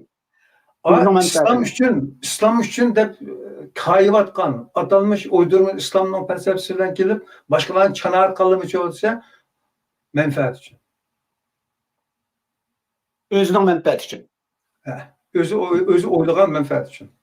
Mesela hazır mesela siz o meseleni eskertip kaldınız. Mesela Dünya Uygur Yazıcı Uyuşması'nın reisini saylamsız. 3-4 adam heyetini qayta teşkil kılıp, şekillendirip ayrım. Şuna bilen şu heyet ismsiz, cisimsiz heyet endi. Özlerinin ismini melan kılmagan, cismini melan kılmagan, siyasi özgürlük okşaş toptu. Bazı hakimiyetlerle içinde padişah ayağına kanıp kılınmayın. Elbette. O ne andikin aşnak bir 3-4 adam, benim perizim bu endi. 3-4 adam anandikin şu niminin namı bilen, Dünya Uygur Yazıcı Uyuşması'nın namı bilen, bu uyuşmanın ki saylangan reisini eptaşın tuttu. Endi bunundaki eptaştaki sebep ne miken? Bu reisinin ki günahı ne miken deseniz, biz hazırki temimizde değişivatkan meselen 3 sebep varken onun ben eskertmeye kalan sebebini birden eskertmeye mesela dini itikadi, milletinin dini itikadı karşıken. Demek bulanın davatkan milli itikadi, dini itikadi, İslam ne demekçi? Şundak bu vaxtıda bu reis muhalif boğan, karşı çıkan milletinin bu dini itikadi biz ikimiz hazır sözleşivatkan, söhbetleşivatkan qaysı diniga, siz eskertivatkan qaysı diniga tabi oldu? İslam'ın, hakiki İslam, Kur'an'daki İslam dini mi? Muaviye'den burunki ya ki Muaviye'den keyinki siz şüphetligen bu hakikatten çıkıp ketken İslam mı? Yani milletke ziyan verdiğin İslam mı? Demek bu yerde mi? Bu enik emes degen gepte. Demek yani ben biraz burun sözlügen okşaş. Bir yerde yana bir kızıkarlık iş neyim bol dediyse Dünya Uygur Yazgıçlar Uyuşması yazıkçılıkla çoğunluğa ya. Ve şu salahiyetin yazırlığın şu kuvvetine özde payda kılan insanla verdi meşgulat edip paralaydı. Mesela ben kiremensem kiremeyim mi? Ve hakanca şu ben bosoğanla süpürüp taşlarını eğitip edesem unamayızlar. Çünkü lazım emez. Verdi benim rolam onun ihtiyaç yok. Aşı yazgıçlar uyuşmanın işi de şu türüne mangdıralaydıgan kalem kuvveti var insanlar verdi buludu. Mesela bir zavod karxanalarda hiç kandak bir terakki kılgan devletninki hiç kandak bir şirketlerde sen itikadının tikiştirgen sebeplik sen buddusulup ketken sebeplik verdin çıkıp ket diyenine hiç kim demeydi. Deyse yani şu garip şu şeriften atalmış Müslüman devletlerden gelip bir şey şirket açıkan atalmış sahtı Müslümanlı deydi. Başka demeydi. O dediğini demeyse sen benim bu şirketimin menfaatine muvaffak olan vazifeni icra kılatamsın. Sen bana bir kıymet yaratıp veriyorsan. Bunu karaydı. Eğer şundan faydalanatan olsa tamam ben maaşını verdim. Sen hakkında işletip verdin. Oldu. Kalın senin erkeldeyken. Tutkan yol bu. Şunun için terakki kılavatı da bu. Bizde esnikem açık, ağımtı tatlıklarına bir gibi var. Bizim insanlarımız şunu okşaydı. Ama şu bir yaşayatkan yerde bir atanmış Müslüman dediğin kardeşlerimiz bizlerge mesela salam kılmaydı ama yerliklerden hatırcam salam silip ötep gittiğin yer geldi. İmbargo kıldı yazım. Mesela uzun bulup gitti. Yaşın gariplik, yalğızlık, yeganılık, şükür dedim de o kadar başlayınca da. Bu burun ig'ir keletdi. Adamga yolg'izlik o'limdan ig'ir deydigan naqshlarni chiqib ketdi go. Hı hı. Ammo saxtining, yolg'onning, xatoning ichida turgandan yolg'iz yerda qilib, haqning ustida tik turib o'lib ketgan men uchun eng zo'r baxt. Bu kulkilik bo'lgan narsa nima bo'ldi desa, bu yozuvchilar uyushmasi bir insonning qalam quvvatiga xilof bo'lgan ish vositi. Tamam. Ay uyushmaniki prinsiplar xato bo'lgan bo'lsa, mana masalan berdim, onda desa. Va degan taqdirda uni desipda qanday saylagan bo'lsa, yana qayta saylan bilan ilib berish kerak edi. Lekin u yo'q bizda. Bular ko'pincha o'zini Allohning vakili deb hisoblash kerak. Allohning nomidan Allah unda demaylik uningda. Vallahi Allah unda Allah emas u. Bu Allah'ın nazarida bütün dünyadagi insonlar kafir bo'lib ketsinmi? Bütün dünyadagi insonlar mu'min bo'lib sajda qilib ketsinmi? Allohga bir tal vaznda bir pashining qon tishib bir narsaga arzimaydigan Qur'onda bor. Arzimaydi. Hiç arzimaysa inson. Sen o'zing o kadar cho'ng bilma. Bu ayet qarab bakın qardoshlar. Hammamiz kafir bo'lib ketsinmi? Pashining qoni arzimaydi. Agar arzib qolsa bir tim su vermeydi Allah deydi. Nerede qarab bakınlar? Biz turayotgan sizning nazaringizda kafir deyotgan davlatlarniki 360 kunning 200 kun yomg'ir yog'adi. Rahmat. Yo'q 5 yil. Siz deyotgan jannatdek. Ajab Allah'ın şu pashining qantiq arzisi edi, yomg'ir bermaydi. Unda yomg'ir bermayotgan ya qaysi ekan? Qarab bakınlar taqirbash jo'g'rafiyaga.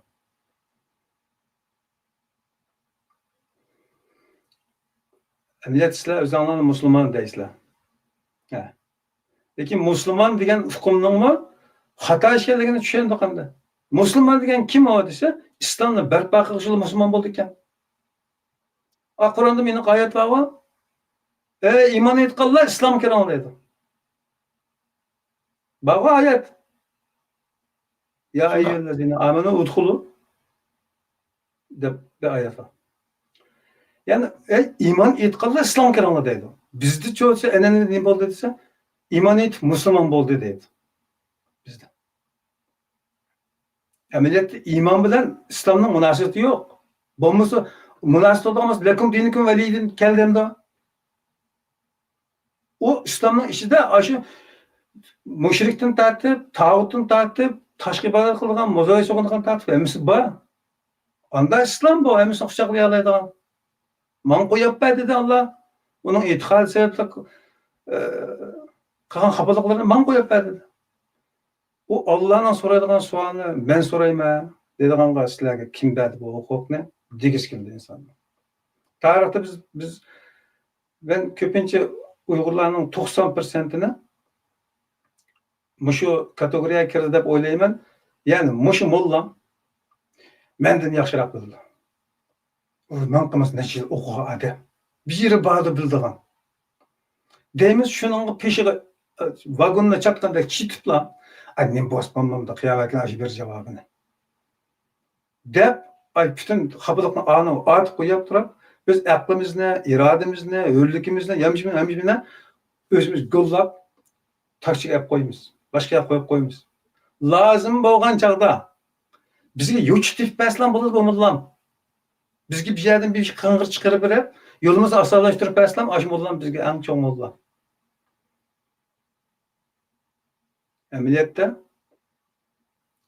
Amaliyotda Qur'ondagi islom bilan an'anamizdagi islomning tamamen o'xshamaydiganligini keyin kunlarda aniq tushundik. Hozir qadar shu tafakkur va mustaqil irodasi va da'vatgan do'stlarimizningki o'rtaq xatoligi nerede desa, bir narsa o'tirib chiqib bo'lsa, bu tarixda buni nimasi bo'lib bo'lgan. Yakuni chiqib bo'lgan. Masalan, sekular sistem haqida gap chiqqanda, o'sha millatning eng chong damollisi deb e'tirof erishgan doktordan biz yo'g'irib chiqiblar. Sekular degan faloni davrda manda maydonga chiqqan, manda sayt etdim, bu yo'l harom. deplivetti. Ben sekular haqidagi mazmunlarni tafsili anlayotgan vaqtimda tushunib o'tdimki, bu sekular degan bir sistemkan. Masalan, bir ofisga o'xshaydi. Masalan, kompyuterdagi bir yumshoq detalga o'xshaydi. Ham o yumshoq detalga ichini nima bilan to'shqizmas? Boshini to'shqizadigan jamoat belgilayotgan buni. Unda kim bu jamoat? Sizlar bizimizning ichidan ashunda g'alatlik chiqamdi masalan. Sizlar ansiraydigan bir g'alatlik chiqamdi. Chiqmaydi. Ayna bo'g'illik uchun ashunga qarta aniq bir kuzatish ilib olmaylam. Ko'ni xo'jindagi ko'ni fatvoni ich qilgan millatga paltini ufgandan keyin men shu qadar azoblandim. Shu sabab bilan va uning oldidan deb kelyaptim. Chunki mening kuzatishimda men tonigan mollalarning hammasi mutlaq ko'p qismi insonning ustidagi Allohning haqlarini kashf qilish. İnsanın üstündeki Allah'ın hakkını teşvik kılışlam. Allah'ın korktuş. O kadar korkunç bir Allah var bizim kanımızda. Bizim kalbimizde vücudu sındırıp etken, korkutup etken. Vay bizge özümüzden bek köyünediğin bir zat bu. Nereden korkumuz buna? Bir insan ailesinin balıçaklarının, ata-analarının bütün vecini yoktu etip, buzup çiçip, yana ahırda gözünü yaş kılıp ekilip da ben kapılma. Ben eziptim dese neme kılaş ata-ana? Geldi olam. Mek. Ketken olam. Cinin safken. Belki dedi bağır basıda şuna. Ana. Adada. Allah onundan rahim dilemez mi? Bu manda korkunç bir nemege evlendiriyorduk bu milletin nemesini. Aşıklarının aldıda ben aşılığa şuna dedim. Milletin şu ulema deyilgan sizlar bütün hayatınızda Allah'ın hakkını izleş. Yani milletin üstündeki Allah'ın hakkını teşvik kılışlan bulaptı. Onda kılmay. Endi men milletning İslamdaki hakkını bir teşvik kılınlar. Bunu bir keşif kılınlar degen ben.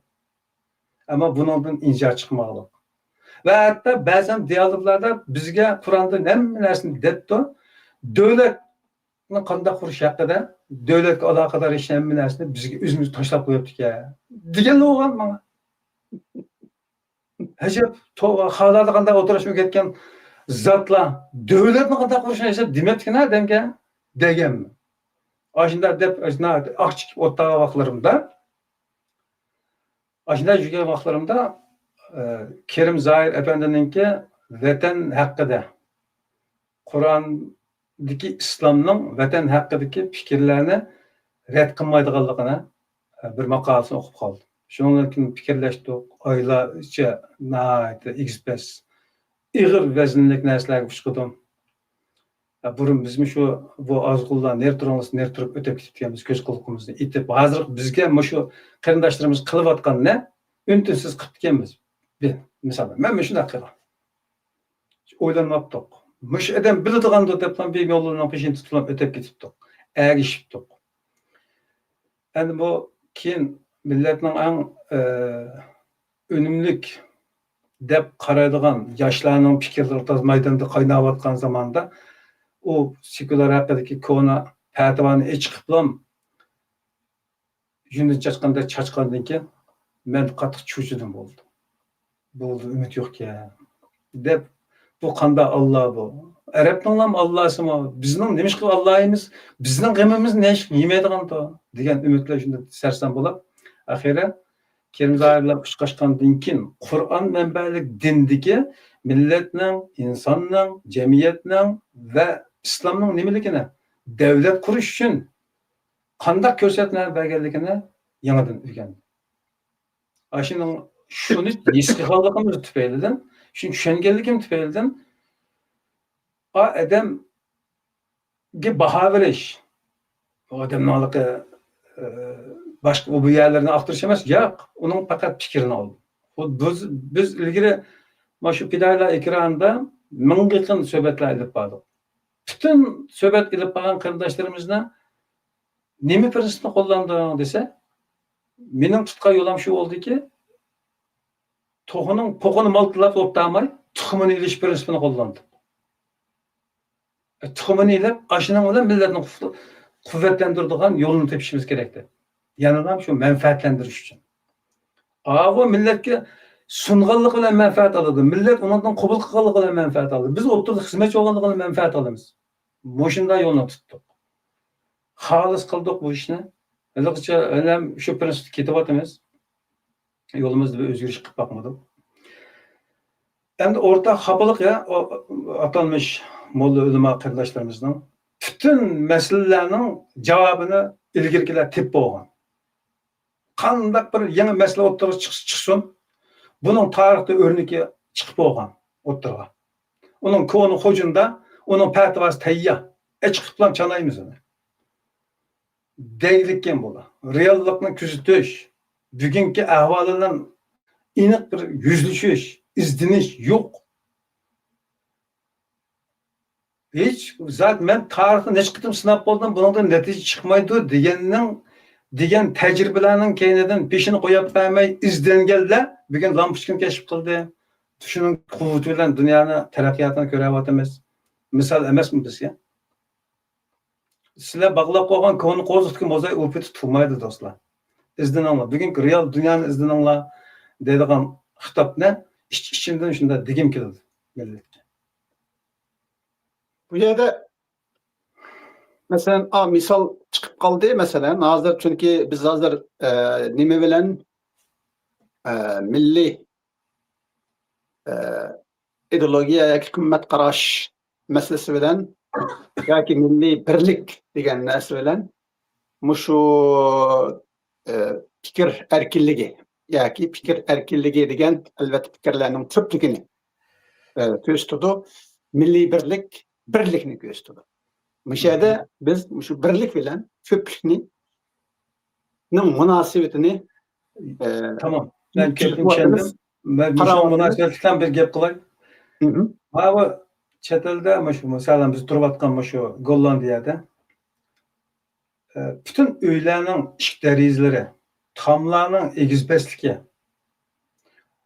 aşkhana, yatak, işletilgan turmuş boyumları, mush qurilish aloqador pishqishdan tortib hamma narsa, maqdan tortib hamma narsa standartlashib bo'lgan. Ya'ni palon yerga bir narsa lazım, palon yerning biznes mushu desa, ashni ko'tarib olib aşağı tanglasak, ashning chiqadi shu. Ma uyangning ishkidan patidu degan narsa patidu. Patmaydi degan patmaydi. Yani hamma narsa standartlashib bo'lgan uchun birisi yana birisini rad qilmaydi. Kuchak açıdı, kollaydı, birbirisinden xuddi püzül kilişkende kilişe hemmisi yerini tapıdı. Hem bizden püzülümüzden en çok püzül ne buluşu gerek? Desek, biz vatanda birlik kelişimiz gerek biz. Şu vatan, hazır Xitay tajavuzları besip yatkan, biz kovlap çıkarılgan vatan bizden mi? Onun ismi bilen kahrımız olması gerek. Neyim olsun? Hatta ötek de isim koysan meyle ya dostlar. Yeter ki şunu azat kılalı. Aşını bir müstakil devlet kılalı. Degen muşu tipne biz birden bir ölçem kılıp durak. Endi aşınından tartip jip tartip mansak. Hemen ersin şunun boysun dostlar. Aş standart aş o'ttirib chiqadi degan tasavvurdaman. Ikkinchi bir masala tarixga iz qoldirgan, do'qmush yaratgan bütün nom qolganlarning hammasi shu zamondagi ijodiyatlar ekan. Ya'ni hech qanday bir iz qoldirgan yangilik kechmishdagi muayyan ma'lum bir narsaning davomi emas ekan. Misol Stuqburaxon desak, Stuqburaxonning hayoti ilgirki o'tib ketgan at ejdadıdan kelgan xalqning davomi emas. Bu biz faqat bizlar emas, dunyoviy bu. Bütün dunyoviy. Hammasi iz qoldirgan bo'lsa, do'qmush chiqargan bo'lsa, aşağıda shu zamonning ijodiyatiga o'tirib chiqilgan. Bu menga ilhom bo'lar. Biz kechmişte o'tib ketgan tarixdagi hakimiyetimizning davası bilan eski tamni aptigacha esing keta degan ko'ngilda bir gap bor. Men rad qilmoqchi emas. O bizning o'g'li, biz uni o'zgartirmaymiz. O rad qilinmaymiz. Hech kim bizni ham uni inkor qilinmaydi. O geçmişte o'tdi. Lekin kelgusini biz qanday yaratamiz desak, xuddi ajdodlar bizga yaratib, bizga yangilik yaratib, bizga shu izni qoldirib ketgandek, bugun bizning bugunning kashfiyoti bilan yangi bir nimasilar o'ttirib chiqsak, ijodiyatlar o'ttirib chiqsak, mana bu haqiqiy varislik qilgan bo'ldi. Biz jiq narsalarni xato o'rganibdik. Ota-bobomdan qolgan chiroqni o'chirmayman, shamni bir qanday qilaman deb ash ko'ni kapidan chiqmay, ko'ni ash burunqi etizde ketmeni çipip ötepti. Onda emesken. Bu ata-ana bizni onda qilmaydikan. Bizden bekrek yaxshi kun ko'rsatib bo'lam deydigan bütün ata-ana degan bizim ata-onalar mana bolalarimiz da'vatimiz. Dunyoda sen ko'klisan, ro'noq topsan, eshib kelsan, eng birdan bir xo'sh bo'lgan kishi ata-onasi. Ash ajdodlarimizning xo'sh bo'lishi nima bilan xo'sh bo'ladi desa, bizning ijobiy shaklda, yangilik bir shaklda bo'lsa, qanday qilsak qilib, g'alaba qilsak, shucha xo'sh bo'ldi bizdan. Keyin kunlarda men shundan izlanishlerimdan shuni nima qildim? Xulosladim. Mayli bu insondagi shaxsiy bir hayot bo'lsin, mayli bir to'plamlik bo'lsin, mag'lub bo'lish gunoh degan jumlani yozdim. Ash tuyg'uni ifodaladim. Ya'ni mag'lub bo'lib, mag'lubiyat günah ya o. Mağlup oluş günah ki. Şuna biz dünyada mı, ahirette mi, ecdatlarımız üzükilimiz desek, bir gün biz kılıçlı işlik olan bir işini kılıp,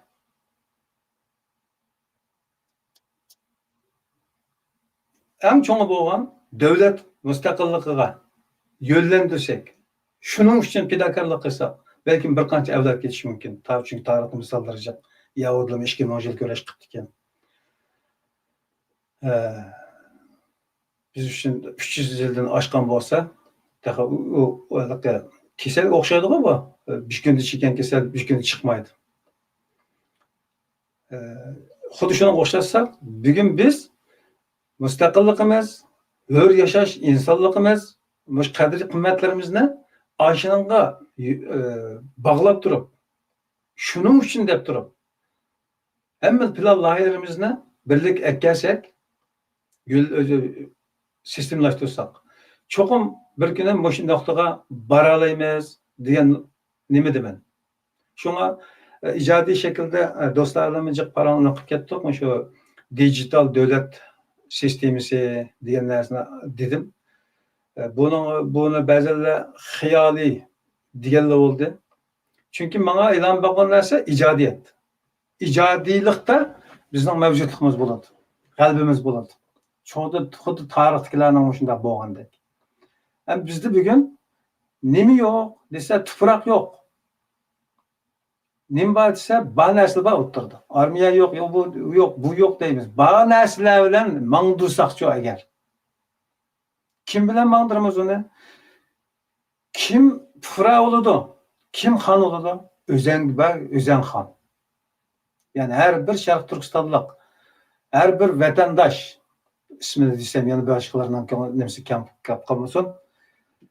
Her bir vatandaş özü yaşavatkan devletinin vatandaşı. Mesela ben Gollandiyalik. Kimlikimizde adı Gollandiyalik. Siz Kanadalık, yanımızda Amerikalık bolsun mu? Ama ikinci bir kimlikimiz, birlik kelgan bir kimlikimizden dijital devletimizni kurup bugün kanunumuz, iqtisodiy, siyosiy, ma'rif bütün sohalarni ministerlaştırırsak, yani bugün mevcut bo'lgan bir devlet sistemisiga o'tsak,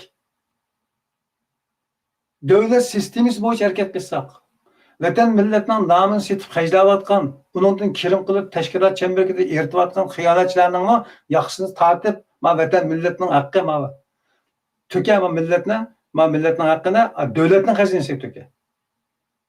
Qo'ya projangni, acha kitobingni deb bir tutash qilsak qilib bo'lmamda. Agar bizga vatan lozim bo'lsa, Elbette muşun kirlerleyimiz hazır. İrademiz bozsam kirlerleyimiz. Kim tosadı bizden? Kim tosalaydı? Hiç kim tosamaydı. Çünkü bizim erken vaktimiz var. Senin devlet kimlikin ona yaşayma. Maqul senin devletin yaşatın. Senin kaydan kalap kıldın mı? Lekin bu benim ikinci bir nimem. Benim erkinlikimden payda olgan yana bir devletim. Özümden asıl devletim. Bugün benim tüfürküm yok. Bir gün azat olsam aşağı barma. Ata-anamdan kalgan kimlikinin tükerge yerge. Hazırcha ben aşağı tayyor oluşum için. Muşu dijital kimlikni asas qilib turgan bir davlat sistemasi o'tirib qo'ydik deb har qanday yerga tushundirish bersak, ha deydi. Ve bugünkidek A teşkilat, ma teşkilat emas. Dostum ben burun muşu namoyishdan tortib hamma narsaga aktiv qatnashib kelgan bo'lsammi, keyingi kunlarda hammadan chiqdim. Tashladim. Nima uchun? Desa, bu birinchidan tashkilotlar davlat miqyosida harakat qilmaganligi uchun albatta degandek davlat va vatan millatning nomini suiiste'mol qilib turib, uningdan do'kon ochib, u yerdan jon boqadigan parazitlarga aylanib ketaylik. Bular eng cho'ng bo'lgan chog'da nima bo'ladi desa, shu o'zi yashayotgan davlat bilan Xitoyning o'rtasidagi munosabatning tangshiklishi bo'laydi. Uningdan osholmaydi. Eğer ikisining so'zi pishsa, jim o'tirib turinglar deydi. O'tirib qolamiz. Ne namoyish, ne faoliyat, hech nima yo'q. Agar qilsaqmi bo'lsa, xabarlar chiqarmaymiz. Ashundan bostirib qo'ydi. Chunki jingning tishi aşağıda. Tarazida emas. Tarazining yeniligi bo'sh yerda qoladi. Agar Xitoy bilan o'rtalik diplomatiyasida sal kelishamas ko'p qolsa, yotsango qo'pa olkish degandek yoldan chiqib davranishni kutamiz. Agar biz sal sustlik qilsak bo'lsa, bizning do'ppimizni, bayrog'imizni ko'tarib chiqib, o'zining xalqi bilan ilib ketaverdi. Tarix qildi-ku. Mana mushu tashkilot deganlar. Eng taraqqiy qilgan tashkilotlarning taqdiri bu. Bu taqdiri bilan qanday millat nazar qila olasizlar? Shu chaqdan deb o'tib ketdik. Agar Turkiyadagi bir tashkilot Uyg'ur xalqining shu bizning vatandoshlarımızın istiqboliga muxolif keladigan bir narsaga davlat tarafidan majburlangan chog'da boshqa davlatlar chiqsin o'tirga. Xato desin dedik. Agar hozir degandek dijital davlatda bir yangi davlat kimligimiz shakllansa, bütün namoyish, ma'rif, siyoset, qonun, adliya, bütün sohalar birlik kelsa, bir davlat olmayı nima bo'lamiz biz? Elbet bo'lalaymiz. Nima uchun bo'lamaymiz? Azasta boshlaydi. Yillarning o'tishi bilan uning o'zining qonunlari mukammallashadi. Biz bugun xiyol yo'q deyotgan narsa agar reallik aylangan chog'da uningdagi manfaatning nimaligini ve qandaq huzur alavat borligini, qandaq natijaga ilib borligini endin bayqaymiz. Ben mushu nimamda mushu xiyol bor. Mushunday qila olgan bo'lsak, u chog'da biz tashkilotning faoliyatlariga chiqishimiz kerak bo'ladi. Chunki hammalarning o'rtaq bir nishoni bo'ladi. Vatan chambarkiga yoki vatan istiqboli degan yiqqa bog'langan bo'lamiz. Ma tashkilot, tashkilot, emas tashkilotda. Yani bu şahsın özünün mevcutluğu falan kalıdır. Lekin devlet miqyosida harakat qilgan bo'ladi. Qilib bo'lgan bir ish. Men tasavvur qilib baqdim. Tush ko'rma hatto. Uxlamay tush ko'rma. Bunda bo'lgan bo'lsa deb arzu qilaman. Ammo kunlarning bir kuni menimcha xalqimiz cho'qim aqldan topadi. Bunun yaxshi imkonlar yoki yaxshi bir ijodiyatlardan izlanish ilib turib, yangiliklar o'tirib chiqarganlar chiqish mumkin. Lekin men mening aqlimdan mujda bir shirin tush var, tasavvur var. Buni do'stlarga o'rtoqlashib baqdim, bugungi fursatlar yana devolay dedim.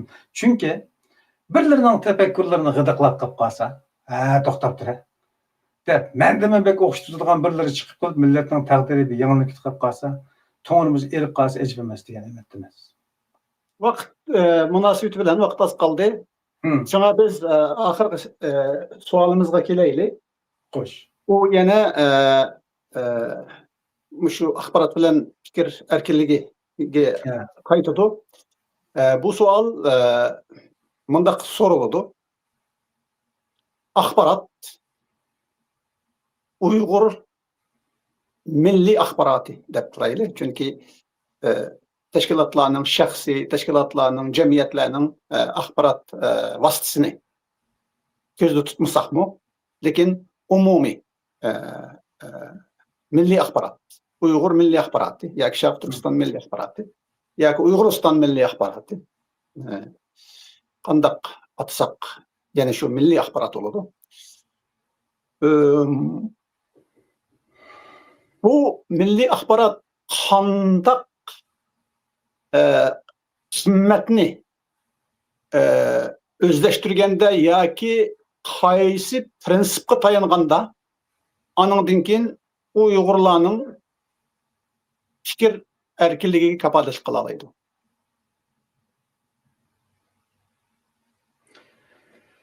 Endi bu savol mendan bo'yamlashishi tabiiy. Ammo ilhom shaklida bir bo'lsin uchun qistirma qilay. Biz ilgari davlat haqidagi nurg'un narsalarni tushunmaydik. Islomiy davlat deyotdik.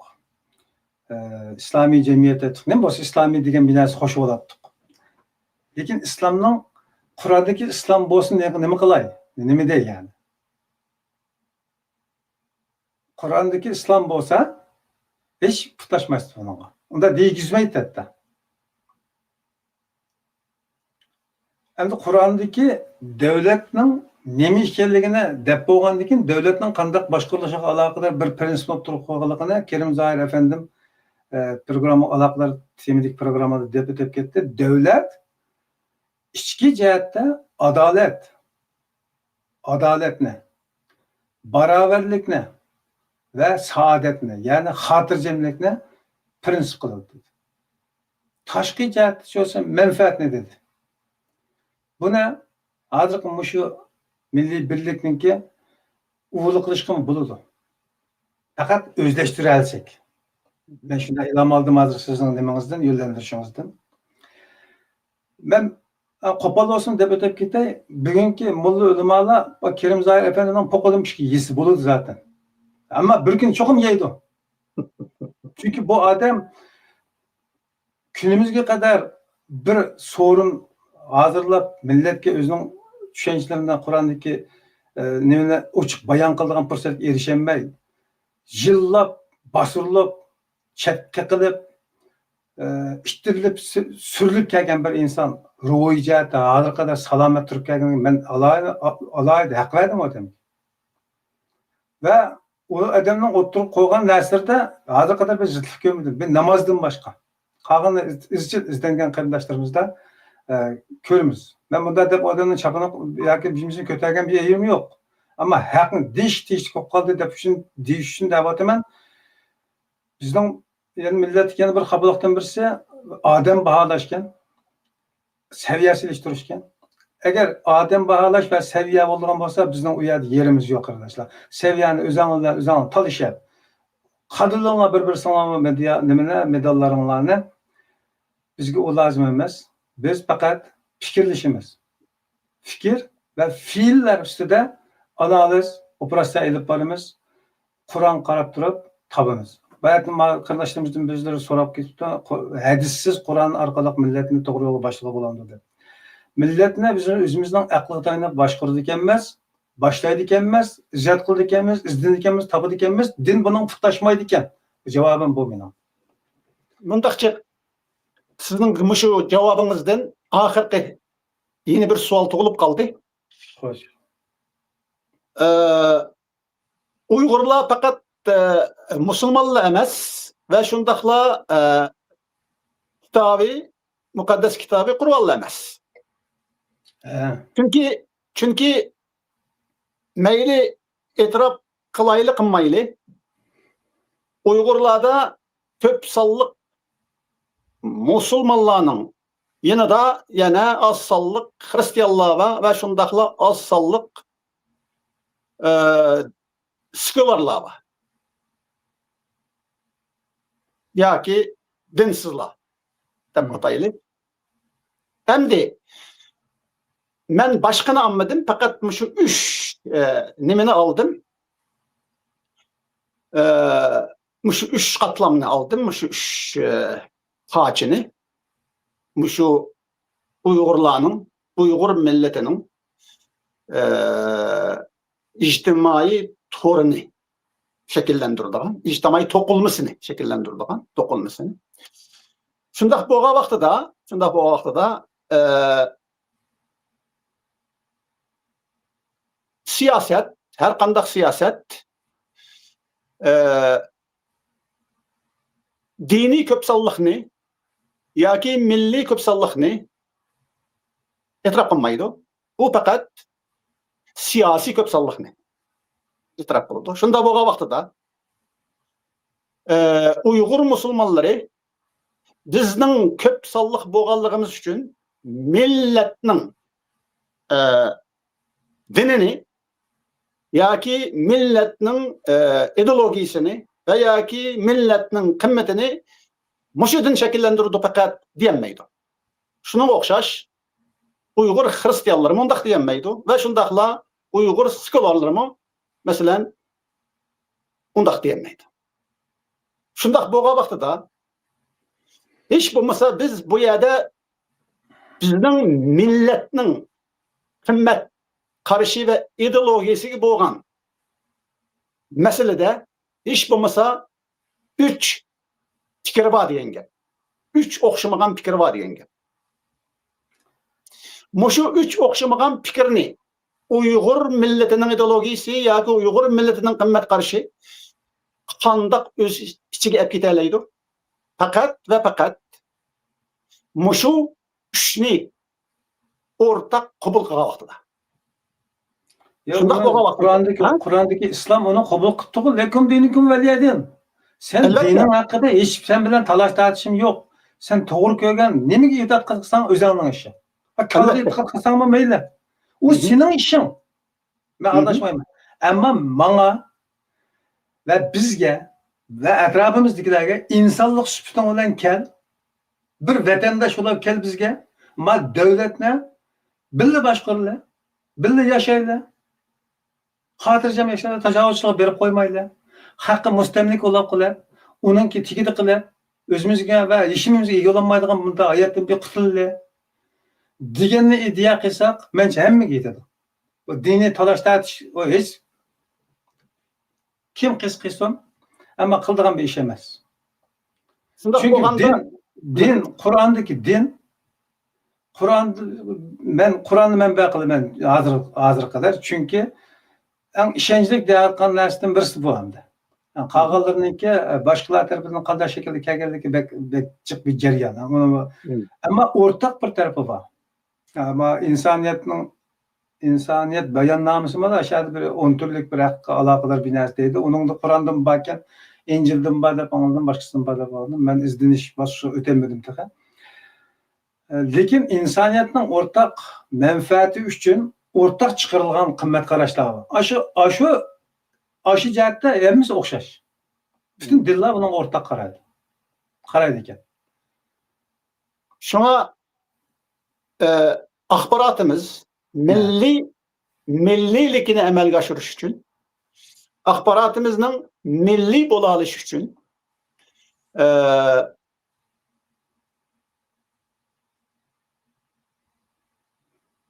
e'tiqod erkinligi,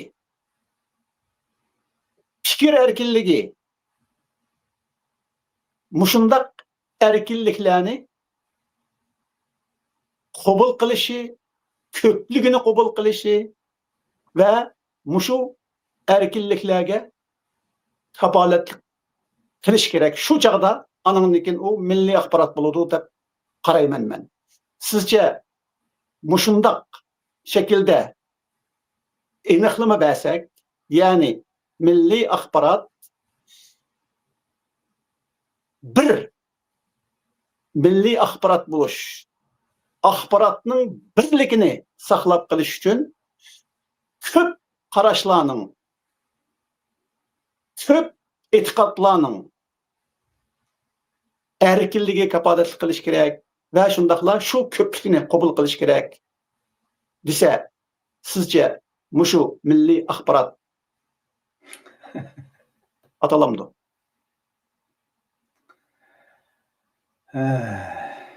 Yana aylanib o'tkazsak, men shu javob yana o'xshash deb qarayman. Ya'niki bu sizlar aytgan bu milliy axborot davlat axboroti vaznida-ku. Chunki bir millat masalasi emas bu hozir. Bir davlat masalasi hozir bizning beshimiz kelgan butun masala. Bunda bo'lganlik uchun meningcha davlat kimligida, davlat merkezlik fikrda birlik kelsak, qolgan emas shuni ishida ketadi. Devlet kimlikida degan gapimiz mujmal. Chunki mushu davlat kimlikida degan vaqtingizning o'zida siz mushu kimlikni belgilagan bo'lasiz. Undaq bo'lsa bu kimlikni izohlab bera olamsiz. Qanday kimlik? Davlatning kimligi qanday kimlik? Onun ismini tug'ilganda qo'yamiz. Erkishimi? Ya. Men kimlikni men bu yer davlatning ismini talashmaymiz. Etini demedim. Davlatning etini demedim. Shu turvatgan ya mening. Shu ya meningki. Bizning. Shu ya bizning vatanimiz, bizning davlatimiz.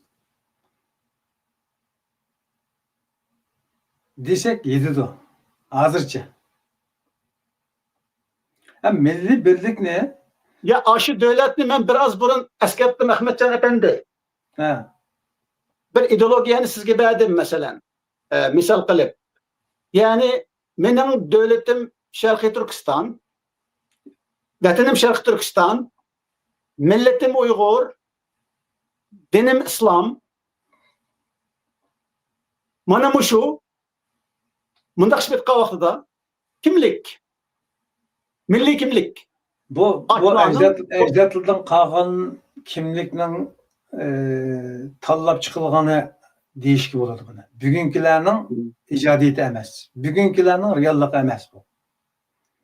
Demek bu yerda mesela şuna Uygurlarning arasida Sharqiy Turkiston deydiganlarmi bo'lgandikin, Uyg'uriston deydiganlarmi bo'lgandikin, Uyg'uriya deydiganlarmi bo'lgandikin va shundaqla har xil ismlarda atashni xohlaydiganlar bo'lgandikin, demak, bu yerdagi birlikni hosil qilish uchun yana siz biraz burun aytganga o'xshash atamaymiz deganga o'xshashchu. Masalan, mushunaq shaklda yoki bo'lmasa sen nim deb atsan ata şu bir devletning ismi. Aşı bir devlet şu, ayni şu devlet şu deb mushunda qabul qilish asosida bu ixtiloflarni, bu ko'pliklarni birlikka keltirgili bo'ladi. Aşı devlet şu deb.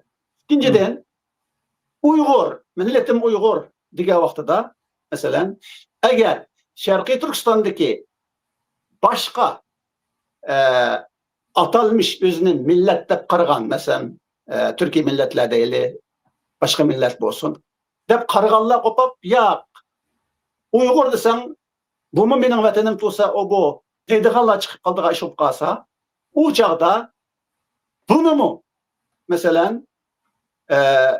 hem mi şu qaraşlarını öz işiga alalaydigan şekilde buluşuş için onu mu atamaslık milletninki. Mesela üçüncüden dinim İslam diye vaxtida kopap, mesela Hristiyanlar, bizsizler çıkıp bu bana vekillik qilmaydi, şuna bu mening milliy ideologiyam bo'lmaydi, qimmatim bo'lmaydi deydigan ish bo'ladi.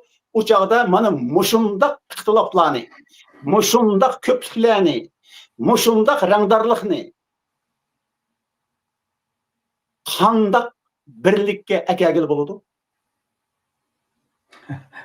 Ya şu mush rangdorliklarning hammasining cho'ng chemberki vatanchi. Bo'ldi, javobni oldim. Demak, şu davlat kimligiga bormay turib biz birliklanmaymiz. Okey.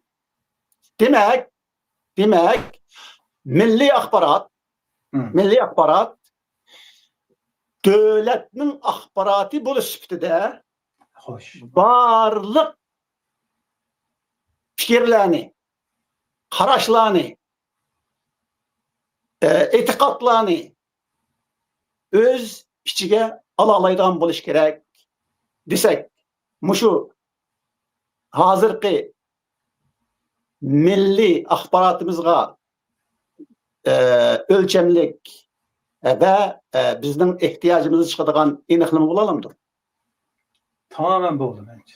Hı. Şu çağda anadaki vezin tapalaydı, rolü cahil kılır alaydı.